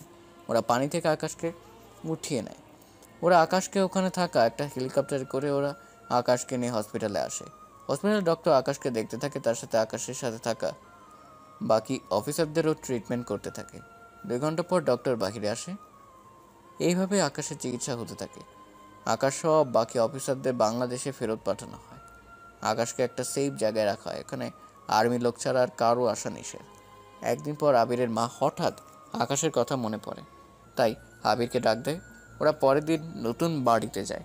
এই বাড়িটা অনেক বড়, কেননা এই বাড়িটা আগে আকাশদেরই ছিল। পরে কেউ ঠকিয়ে বাড়িটা নিয়ে যায়, পরে আবার এই বাড়িটা ফিরিয়ে আনে। অদ্রিত বাড়িটা দেখে অনেক খুশি হয়। এইভাবে এই বাড়িতে ওরা 7 দিন কাটাতে থাকে। 7 দিন অদ্রি খেয়াল করছে আবির সারাদিন অফিসে কাজ করে, তাই অদ্রি একটা প্ল্যান করে। কথাটা বলার সাথে সাথে আবির অদ্রিকে কয়েকটা থাপ্পড় মারে। থাপ্পড় খেয়ে অদ্রির মুখ লাল হয়ে আছে। অদ্রি তখন রাগ করে চলে যায়। এভাবে অদ্রি আগের মতো নেই। কথায় কথায় আকাশের মায়ের উপরে রাগ দেখায়, আবার মাঝে মাঝে আবিরের ওপরও দেখায়। আবির তো কী বলবে বুঝতে পারছে না। এভাবে যেতে থাকে 15 দিন। আকাশের মুখের ব্যান্ডেজ খোলা হবে, তবে আকাশের মুখের ব্যান্ডেজ খুলবেন ওর বড় স্যার। উনি আকাশের ব্যান্ডেজ খোলার জন্য এগিয়ে আসে। তার সাথে ওই মিশনে কী কী হয়েছে না হয়েছে এই সব কিছু বড় স্যারকে বলতে থাকে। উনি সবটা শুনে আকাশের উপর অনেক গর্ববোধ করেন। উনি ব্যান্ডেজ খুলে আকাশের সামনে আয়না রাখে। এইদিকে আকাশ রেস্ট নিতে থাকে, সাথে ভাবতে থাকে কী থেকে কী হয়ে গেল, চেয়েছিল কি আর হয়ে গেল কি। অন্যদিকে আকাশের মাও আবির অনেক টেনশনে আছে, কেননা 1 মাস হয়ে গেছে আকাশ এখনও ওর যোগাযোগ করেনি। সেজন্য সবাই টেনশনে আছে। অদ্রির রাগ দেখে চলে যায়। অদ্রি যাওয়ার পরে আকাশ কল দেয়। আবির কলটা রিসিভ করার সময় কোনো নাম্বার দেখতে পায়নি, তাই রিসিভ করে। আবির ওর মাকে ডেকে নিয়ে আসে। ওরা আরও অনেকক্ষণ ধরে কথাবার্তা বলতে থাকে। সবটা বলার পর আকাশ ভিডিও কল দেয়। আকাশের মা তো আকাশকে দেখে চমকে ওঠে, তার সাথে আবির ওর মায়ের চোখ দিয়ে কান্না করতে থাকে। ওনাদের সাথে কথা বলে আকাশ রেস্ট করতে থাকে। কয়েকদিন পর আকাশের বড় স্যার মেজরকে বিদায় জানাতে সবাই একত্রিত হয়। ছেলেটার মাঝেই গুণগুলো অবশ্যই আছে, আমি যতদূর জানি। এখন আমি আপনাদের সাথে ওর পরিচয় করিয়ে দেব। তবে ওর যখন এখানে আসবে তখন ওকে দেখেও কিন্তু তোমাদের অনেক কিছু শেখার আছে। ও যখন আনা হবে তখন আমি সব কিছু বলবো। তাহলে আকাশ তুমি উপরে আসে। আকাশ তো উপরে যায়। ওখানে আকাশকে দেখে অনেকেই অনেক কিছু ভাবতে থাকে, কেননা আকাশের যে যে স্থানে শুধু শরীর দেখা যায় ওই জায়গাগুলোতে কালো হয়ে আছে। সেই জন্য অনেকে অনেক কিছু বলাবলি করছে। ওনার কথা শুনে অনেক মাথা নিচু করে বসে আছে। আমি তাহলে সুস্থ হয়ে সবার মাঝে আসব। ওই দিন আকাশ বিদায় নিয়ে চলে আসে ওখান থেকে। নিজের প্রয়োজনীয় সব কিছু নিয়ে চলে আসে বাড়িতে। তবে বাড়িতে আসার পর নিজের চেহারা দেখে নেয়, যাতে করে কেউ কোনো কথা জিজ্ঞেস না করতে পারে। বাড়ির সামনে এসে আকাশ দরজায় টোকা দেয়। টোকা দেওয়ার পরে আকাশের শত্রুর আবির্ভাব হয়। আকাশ ঘরে ঢুকতে যাবে তখনই অদ্রি বলে। অদ্রির সাথে এইভাবে কথা বলতে দেখে আকাশের মা বের হয়ে আসে। উনি আকাশকে দেখে চিনতে পারে, তার সাথে জড়িয়ে ধরে থাকে, তার সাথে কান্না করতে থাকে। আকাশকে ওর রুমে নিয়ে যায়। আকাশ ফ্রেশ হয়। বিকেলের পর আবির আসে। আবির আসার পর অদ্রির মুখে কথাটা শুনতে পায় যে আকাশ এসেছে, তাই আবির তাড়াতাড়ি করে আকাশের রুমে যায়। আবিরও ওখানে গিয়ে আকাশকে দেখে কান্না করতে থাকে। আকাশের ভাইকে কি বলবে কিছু বুঝতে পারছে না। এদিকে আকাশ বাড়িতে আসার পর অদ্রি আকাশের সাথে যা তা ব্যবহার করেছেন, সে সব কিছু আপনারা সিজন 2 পড়েছেন, তাই নতুন করে আমি আর এই নিয়ে আলোচনা করব না, কেননা একই কাহিনী দুইবার বলে সময় নষ্ট করব না এবং গল্পটাও বড় করব না। চলুন মেইন পয়েন্টে আসি। আকাশের পরিস্থিতি তো জানলেন, এবার আমরা তাহলে ফ্ল্যাশব্যাক থেকে বের হয়ে আসি। ফ্ল্যাশব্যাক শেষ। আকাশ সম্পূর্ণ সুস্থ হওয়ার পর যখন ভার্সিটিতে যায়, তখন ওখানে ইরার সাথে দেখা হয়। ইরা ওর বান্ধবীদের সাথে তখন আড্ডা দিচ্ছিল।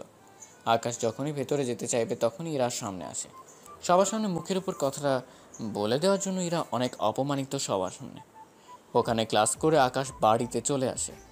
বাড়িতে আসার পর রোজা, এদিকে আকাশ রুমে গিয়ে শুয়ে আছে, অন্যদিকে কিছুক্ষণ পর আবির আসে। অদ্রি আবিরের কাছে নালিশ করে। আবির অদ্রির কথায় হ্যাঁ না উত্তর দিতে থাকে। রাতের বেলা আবির আকাশের রুমে আসে, আবির চলে যায়। এদিকে আর্মিতে জয়েন করার সময়ও হয়ে গিয়েছে। তবে এবার আকাশ যা করবে সব কিছু ডিফেন্সে করবে, মানে আকাশকে ডিফেন্সের কোনো পোশাক পরতে হবে না। ওর কাজ হবে অফিসে এসে কাজ করা এবং মিশনে অংশগ্রহণ করতে হবে। তার সাথে করতে হবে বাড়িতেও থাকতে পারবে, কেননা আকাশ তখন একজন মেজর হবে, সেই জন্য ওর উপরে তেমন কোনো চাপ পড়বে না বাধ্যতামূলকভাবে। 2 দিন পর আকাশ ও ভাই ও মায়ের কাছে দোয়া নিয়ে বেরিয়ে পড়ে। তখন অদ্রি বলে, এদিকে আকাশকে আর্মি ক্যান্টনমেন্টে ফুল দিয়ে বরণ করা হয়, তার সাথে আকাশকে ওর প্রাপ্য চেয়ারে বসানো হয়। আকাশ ওখানে বসে অনেক খুশি লাগছে। আকাশ যেহেতু মিশনে যাবে, মিশন করতে হবে, তাই কোনো প্রেস মিটিং করেনি, কেননা এতে করে আকাশের জন্য ক্ষতি হতে পারে। এইদিকে ডেভিল ও ওর লোক আস্তানায় বসে আছে। এইদিকে আকাশ ওর কাজ করতে থাকে। কাজ শেষ করে বিকেলে বাড়িতে আসার সময় আকাশ কিছু মিষ্টি জাতীয় অনেক কিছু নিয়ে আসে এবং ওর ভাই ও মাকে মিষ্টি খাওয়ায়। আকাশ ওর ভাই ও মাকে সব কিছু বলেছিল। তখন অদ্রি কিছুটা শুনে ফেলে বলে। অদ্রি চলে যাওয়ার পর ওই রুম থেকে চলে আসে। রুমে আসার পর ওখান থেকে চলে আসে। পরের দিন সকালে আকাশ ক্যাম্পের দিকে যাচ্ছিল, তখন রাস্তার ধারে ইরাকে দেখতে পায়। ইরা কয়েকজন লোকের সাথে ঝামেলা করেছিল, তাই গাড়ি থেকে নেমে ইরার কাছে যায়। ওখানে টাকা দিয়ে আকাশ চলে আসে। ইরা তো ওখানে দাঁড়িয়ে আছে, কেননা আকাশ একবারের জন্য টাকা চায়নি ওর কাছে। কখন কোথায় কীভাবে টাকা নেবে ইরা বারবার ডাকছিল, কিন্তু না শোনার জন্য ওর সামনে যায়। ওরা একটা কাশফুলের মাঝে যায়, ওখানে আকাশ ও ইরা বসে আছে। তখন ইরা কাশফুল দিয়ে মালা ও নূপুর বানায়, এইগুলো বাসিয়ে আকাশের হাতে দেয় ওকে পরিয়ে দেওয়ার জন্য। আকাশের কারণ জানতে চায় ইরার কাছে। কথাটা বলে আকাশ ইরা ও আকাশের আগের ছবিগুলো দেখায় একসাথে। ইরা ছবিগুলো দেখে হাসতে থাকে। ইরার হাসির মানে আকাশ এখনও বুঝতে পারেনি। এরা ছবি দেখাতে থাকে, আকাশ সবগুলো ছবি দেখতে থাকে। এক একটা ছবি এক এক রকমের ওদের দুজনের, কোনো রকম কোনো কিছু এডিট করা নেই। আকাশ তো এখনও নিজের চোখকে বিশ্বাস করতে পারছে না। সবটা শুনে ইরার প্রপোজাল আকাশ অ্যাকসেপ্ট করে। ইরার মাথায় মালা পরিয়ে দেয়, সাথে পায়ে নূপুরও পরিয়ে দেয়। এতে করে অনেক খুশি হয়ে যায়। ওরা দুজন দুজনকে জড়িয়ে ধরে। এভাবে কিছুক্ষণ ওরা একে অপরকে জড়িয়ে ধরার পর আকাশ সামনে তাকিয়ে দেখে কতগুলো লোক ভিতর থেকে বের হচ্ছে। ওদের বেশিরভাগই লোকের হাতে অস্ত্র ছিল। এরা তো ভয় পেয়ে যায়। ওরা সামনে আসতে থাকে। ওরা আসতেই এরা আকাশকে জড়িয়ে ধরে। ওদের দেখে আকাশের লোকটার কলার চেপে ধরে। কোনো না, ওই লোকটা অনেক বাজেভাবে ইঙ্গিত করেছিল ইরার দিকে। ওই লোকটার সাথে আরও 5 জন লোক ছিল। ওদের হাত খালি ছিল, তাই আকাশের বুঝতে বাকি রইল না যে ওদের কাছে কিছুই নেই। তাই আকাশ ওর কলার ধরে, এরাকে গাড়িতে গিয়ে বসতে বলে। এরা ভয়ে ভয়ে গাড়িতে গিয়ে বসে যায়। গাড়িতে বসে যাওয়ার পর আকাশ ওই লোকগুলোর সাথে মারামারি করতে থাকে। এতে করে আকাশও একটা ঘুষি খায় এদের সাথে, আকাশ অনেক মারতে থাকে। এতে করে ওই ছেলেটাকে আকাশ করে দেয়, তবে পায়ে গুলি। ওরা গুলি খেয়ে চটপট করতে থাকে। এদিকে এরা গাড়ি থেকে বের হলে আকাশের পাশে এসে দাঁড়ায়। এরাকে নির্দেশ দেয় ওই লোকটার গালে জুতা দিয়ে মারার জন্য। ওই লোকটা অনেক চুপচাপভাবে দাঁড়িয়ে আছে, কেননা কিছু করলে যে ওকে মেরে ফেলবে সেজন্য ওরা চুপ করে আছে। এরা ওদের মারা শেষ হয়ে গেল। কিছুক্ষণ পর রবি আসে পুলিশ নিয়ে। আকাশ রবিকে সব কিছু বুঝিয়ে দেয় এবং ওখান থেকে চলে আসে। কিছুক্ষণ পর ওরা বাড়িতে আসে, তখন বিকাল হয়ে যায়। আবিরও বাড়িতে চলে আসে। ইরা, আকাশের মা, ভাবি ও রোজা একসাথে বসেছিল। ওনারা কথা বলছিল। ততক্ষণে কেউ কিন্তু বুঝতে পারেনি এখানে আসলে কি হচ্ছে। আবির আসার কিছুক্ষণ পর আকাশের কথা শুনে ওখানে সবাই অবাক হয়ে তাকিয়ে আকাশ, ইরা ও আবিরকে দেখছে। আকাশের কথা শুনে আবিরও ওর মা খুশি হয়, কিন্তু অধৃত রোজা অনেক অবাক হয়। কেননা অদ্রি ভেবেছিল রোজাকে ওর সাথে বিয়ে দেবে, কিন্তু তা দেখে অদ্রি ভালো করে বুঝতে পারে এইদিকে আকাশের মা ও ভাইয়ের ইরাকে অনেক পছন্দ হয়। আকাশ ইরাকে ওর বাড়িতে গিয়ে পৌঁছে দেয়। পরের দিন আকাশের মা ও ভাই ওরা দুজনে গিয়ে ইরাদের বাড়িতে যায়। ওখানে ওদের বিয়ের সব কথাবার্তা বলতে থাকে। ওনারা বিয়ের কথাবার্তা ঠিক করে চলে আসে। পরের দিন আকাশ মিশনে যায়। ওই মিশনে আকাশ যাওয়ার সময় ইরাকে কল দেয়। এইদিকে আকাশ চলে যায় মিশনে। ওখানে রবিও সাথে ছিল। কিছুদিন পর আকাশ আবারও আসে লন্ডনে। ওখানে আবারও আকাশের দেখা হবে ডেভিলের সাথে। ডেভিল বাংলাদেশে আসার আগে যে মিশনের কথা বলেছিল, এই মিশনটা হবে আকাশের সাথে। যদিও আকাশ জানে না কিছু, আর না জানে ডেভিলও। আকাশ সব রকম প্রস্তুতি নিয়ে নিয়েছে। কিভাবে কি করতে হবে না হবে সব কিছু প্ল্যান করতে থাকে ওর বাকি অফিসারদের সাথে। কেননা এই মিশনে অনেক রিস্ক আছে। কেননা এই মিশনটা পানি পথে হবে, যার জন্য সবার লাইফ জ্যাকেট সাথে বন্দুক ও পানি বোমা নেওয়া হয়। যে বোমা পানিতে মারার পর সাথে সাথে গলে গিয়ে নৌকা, বোট এগুলো নষ্ট করে দেয়। এখন চলুন গল্পে ফিরে যায়। ওরা স্পিড বোর্ডে উঠে সামনে এগোতে থাকে। অন্যদিকে ডেভিল ও লোকজনকে নিয়ে নদীপথে মালামাল নিতে থাকে। কেননা এখানে ডেভিল যুদ্ধ করার জন্য অস্ত্র আনছিল। তখন আকাশ ওর অফিসারদেরও রবিকে নিয়ে ওই জায়গায় হামলা করতে থাকে। এতে করে ডেভিল ওখান থেকে ঠিকই পালিয়ে যায়, কিন্তু ডেভিলের লোকগুলো একে একে আকাশের হাতে মরতে থাকে। এদিকে ডেভিল হেলিকপ্টারে করে গুলি করতে থাকে। আকাশে কিছু অফিসার এতে মারা যায়। ডেভিল তো সে মহাখুশি, কেননা এইভাবে ডেভিল অনেক লোককে মারতে পেরেছে সেজন্য। বাকি অফিসারগুলো তাড়াতাড়ি করে পানিতে ডুব দিয়ে নদীর পাড়ে যেতে থাকে। অন্যদিকে ডেভিল কাউকে দেখতে পাচ্ছে না, তাই ডেভিল ভয়ে ওখান থেকে পালিয়ে যায়। এইদিকে ওরা অনেক অস্ত্র ওখান থেকে উদ্ধার করে। ওই সব অস্ত্রগুলো আকাশ সাথে করে তো আর আনতে পারবে না, তাই ওই অস্ত্রগুলো ওই দেশের সরকারের কাছে দিয়ে দেয়। কিন্তু সবচেয়ে বেশি আফসোস ডেভিলকে হাতের কাছে পেয়েও কিছু করতে পারছে না। অনেক আফসোস হয়ে আকাশকে ওর দেশে ফিরে আসতে হয়। তবে আসার আগে ইরার জন্য অনেক শপিং করে, তার সাথে ওর মা ও ভাইয়ের জন্য। বাংলাদেশে আসার পর আকাশ ওর বাড়িতে সব কিছু রেখে চলে আসে ভার্সিটিতে। ইরা দাঁড়িয়েছিল। আকাশ গিয়ে ইরার চোখ ধরে রাখে। আকাশ চোখ থেকে হাত সরিয়ে নেয়। ইরা তো আকাশকে দেখে এত খুশি হয় যা বলার বাহিরে, তাই খুশিতে আকাশকে জড়িয়ে ধরে। একে একে সবার সাথে পরিচয় শেষে ইরাকে নিয়ে চলে আসে শপিংয়ে। ওখানে ইরাকে অনেক কিছু কিনে দিয়ে চলে আসে বাড়িতে। বাড়িতে আসতেই কথাটা বলে আকাশকে বিছানায় ফেলে দিয়ে আকাশের উপরে ঝাঁপিয়ে পড়ে আর চিৎকার করতে থাকে। এতে করে বাড়ির সব লোকজন চলে আসে রুমে। রুমে আসার পর আকাশের কথা শুনে অদ্রি ও রোজা দুজনে তো অবাক হয়ে যায়। ওরা কি বলবে ভেবে পাচ্ছে না। এইদিকে দেখতে দেখতে ইরা পরীক্ষা শেষ হয়ে যায়। অন্যদিকে ডেভিলও ও লোকদের নিয়ে বাংলাদেশে চলে আসে, কেননা ডেভিলও আকাশের মধ্যে আরও একবার লড়াই হতে চলেছে, যা আকাশ জানতেও পারছে না। অন্যদিকে আকাশ ও ইরার বিয়ের দিন আস্তে আস্তে ঘনিয়ে এলো। আকাশ ও ইরার সব কিছু ঠিক হতে লাগলো। আজকে আকাশ ও ইরার বিয়ের দিন। আকাশ বর্ষে যে ইরাদের বাড়িতে যায়। ওর সাথে রবিও আরও কিছু অফিসার আসে। ওরা এখানে আকাশের সাথে কাজ করেছিল, সেজন্য কিছুটা বন্ধুত্ব হয়ে যায়। অন্যদিকে ইরাকে বাড়িতে আসার পর আকাশ জানতে পারে ইরা বাড়িতে নেই। ইরার বাবা মা জানায় ইরাকে অনেকজন লোক মিলে তুলে নিয়ে যায়। তার সাথে নেটওয়ার্ক জ্যামারও টেলিফোন লাইনের তার ও কেটে দেয়। এদিকে 10 মিনিট অপেক্ষা করে লাভ নেই। আমরা এই 10 মিনিটের ভেতরে জেনে আসি ইরাকে কে বা কারা কীভাবে কিডন্যাপ করেছিল। তাহলে চলুন এখন তা নিয়ে শুরু করি। ইরা যখন তৈরি হয়ে বসে আছে তখনই রানার লোক এসে ইরাকে ধরে নিয়েছে। ইরা ওর মতো করে সেজে বসেছিল, ঠিক ওই ফাঁকে ওরা নিয়ে চলে যায়। ইরাকে সামনে নিয়ে বসে আছে। এদিকে 10 মিনিটের কাহিনী শেষ। এবার দেখি গল্পের নায়ক কী করে। আকাশের সামনে একটা গাড়ি থামে। ওখান থেকে 15 জন আর্মির লোক নামে। ওরা নেমে কয়েকটা বন্দুক সাথে করে আনে, যা বাকি অফিসারদের দিয়ে দেয়। আকাশ বিয়ে বাড়িতে 5 জন অফিসার রেখে বাকি অফিসারকে নিয়ে বেরিয়ে পড়ে গাড়িতে করে। যেতে যেতে মোবাইল ট্র্যাক করতে থাকে। ডেভিল ইরাকে নিয়ে একটা জঙ্গলের কাছে আসে। জঙ্গলের পাশে একটা নদী আছে, যে নদীতে কয়েকটা স্পিড বোট আছে, যেখানে ডেভিল কোনো সমস্যা দেখলে খুব তাড়াতাড়ি করে পালাতে পারে। আকাশের টিমদের নিয়ে চলে আসে সেই জায়গায়। ওখানে প্রতিটা মিশনের মতো আকাশ 2 জনকে নিয়ে রেডি করে রাখে বাহিরে। বাকি সবাইকে নিয়ে এগোতে থাকে সে জায়গায়। এদিকে ডেভিল তো দেখতে থাকে, কেননা ওই বাড়ির চারপাশে আছে সিসিটিভি, যেখানে ডেভিল সব কিছু দেখছে এবং হীরাকেও দেখাচ্ছে। এদিকে আকাশ কিছু লোককে মারতে মারতে ভিতরে ঢুকে যায়। ওখানে সবাই খুঁজে খুঁজে মারতে থাকে।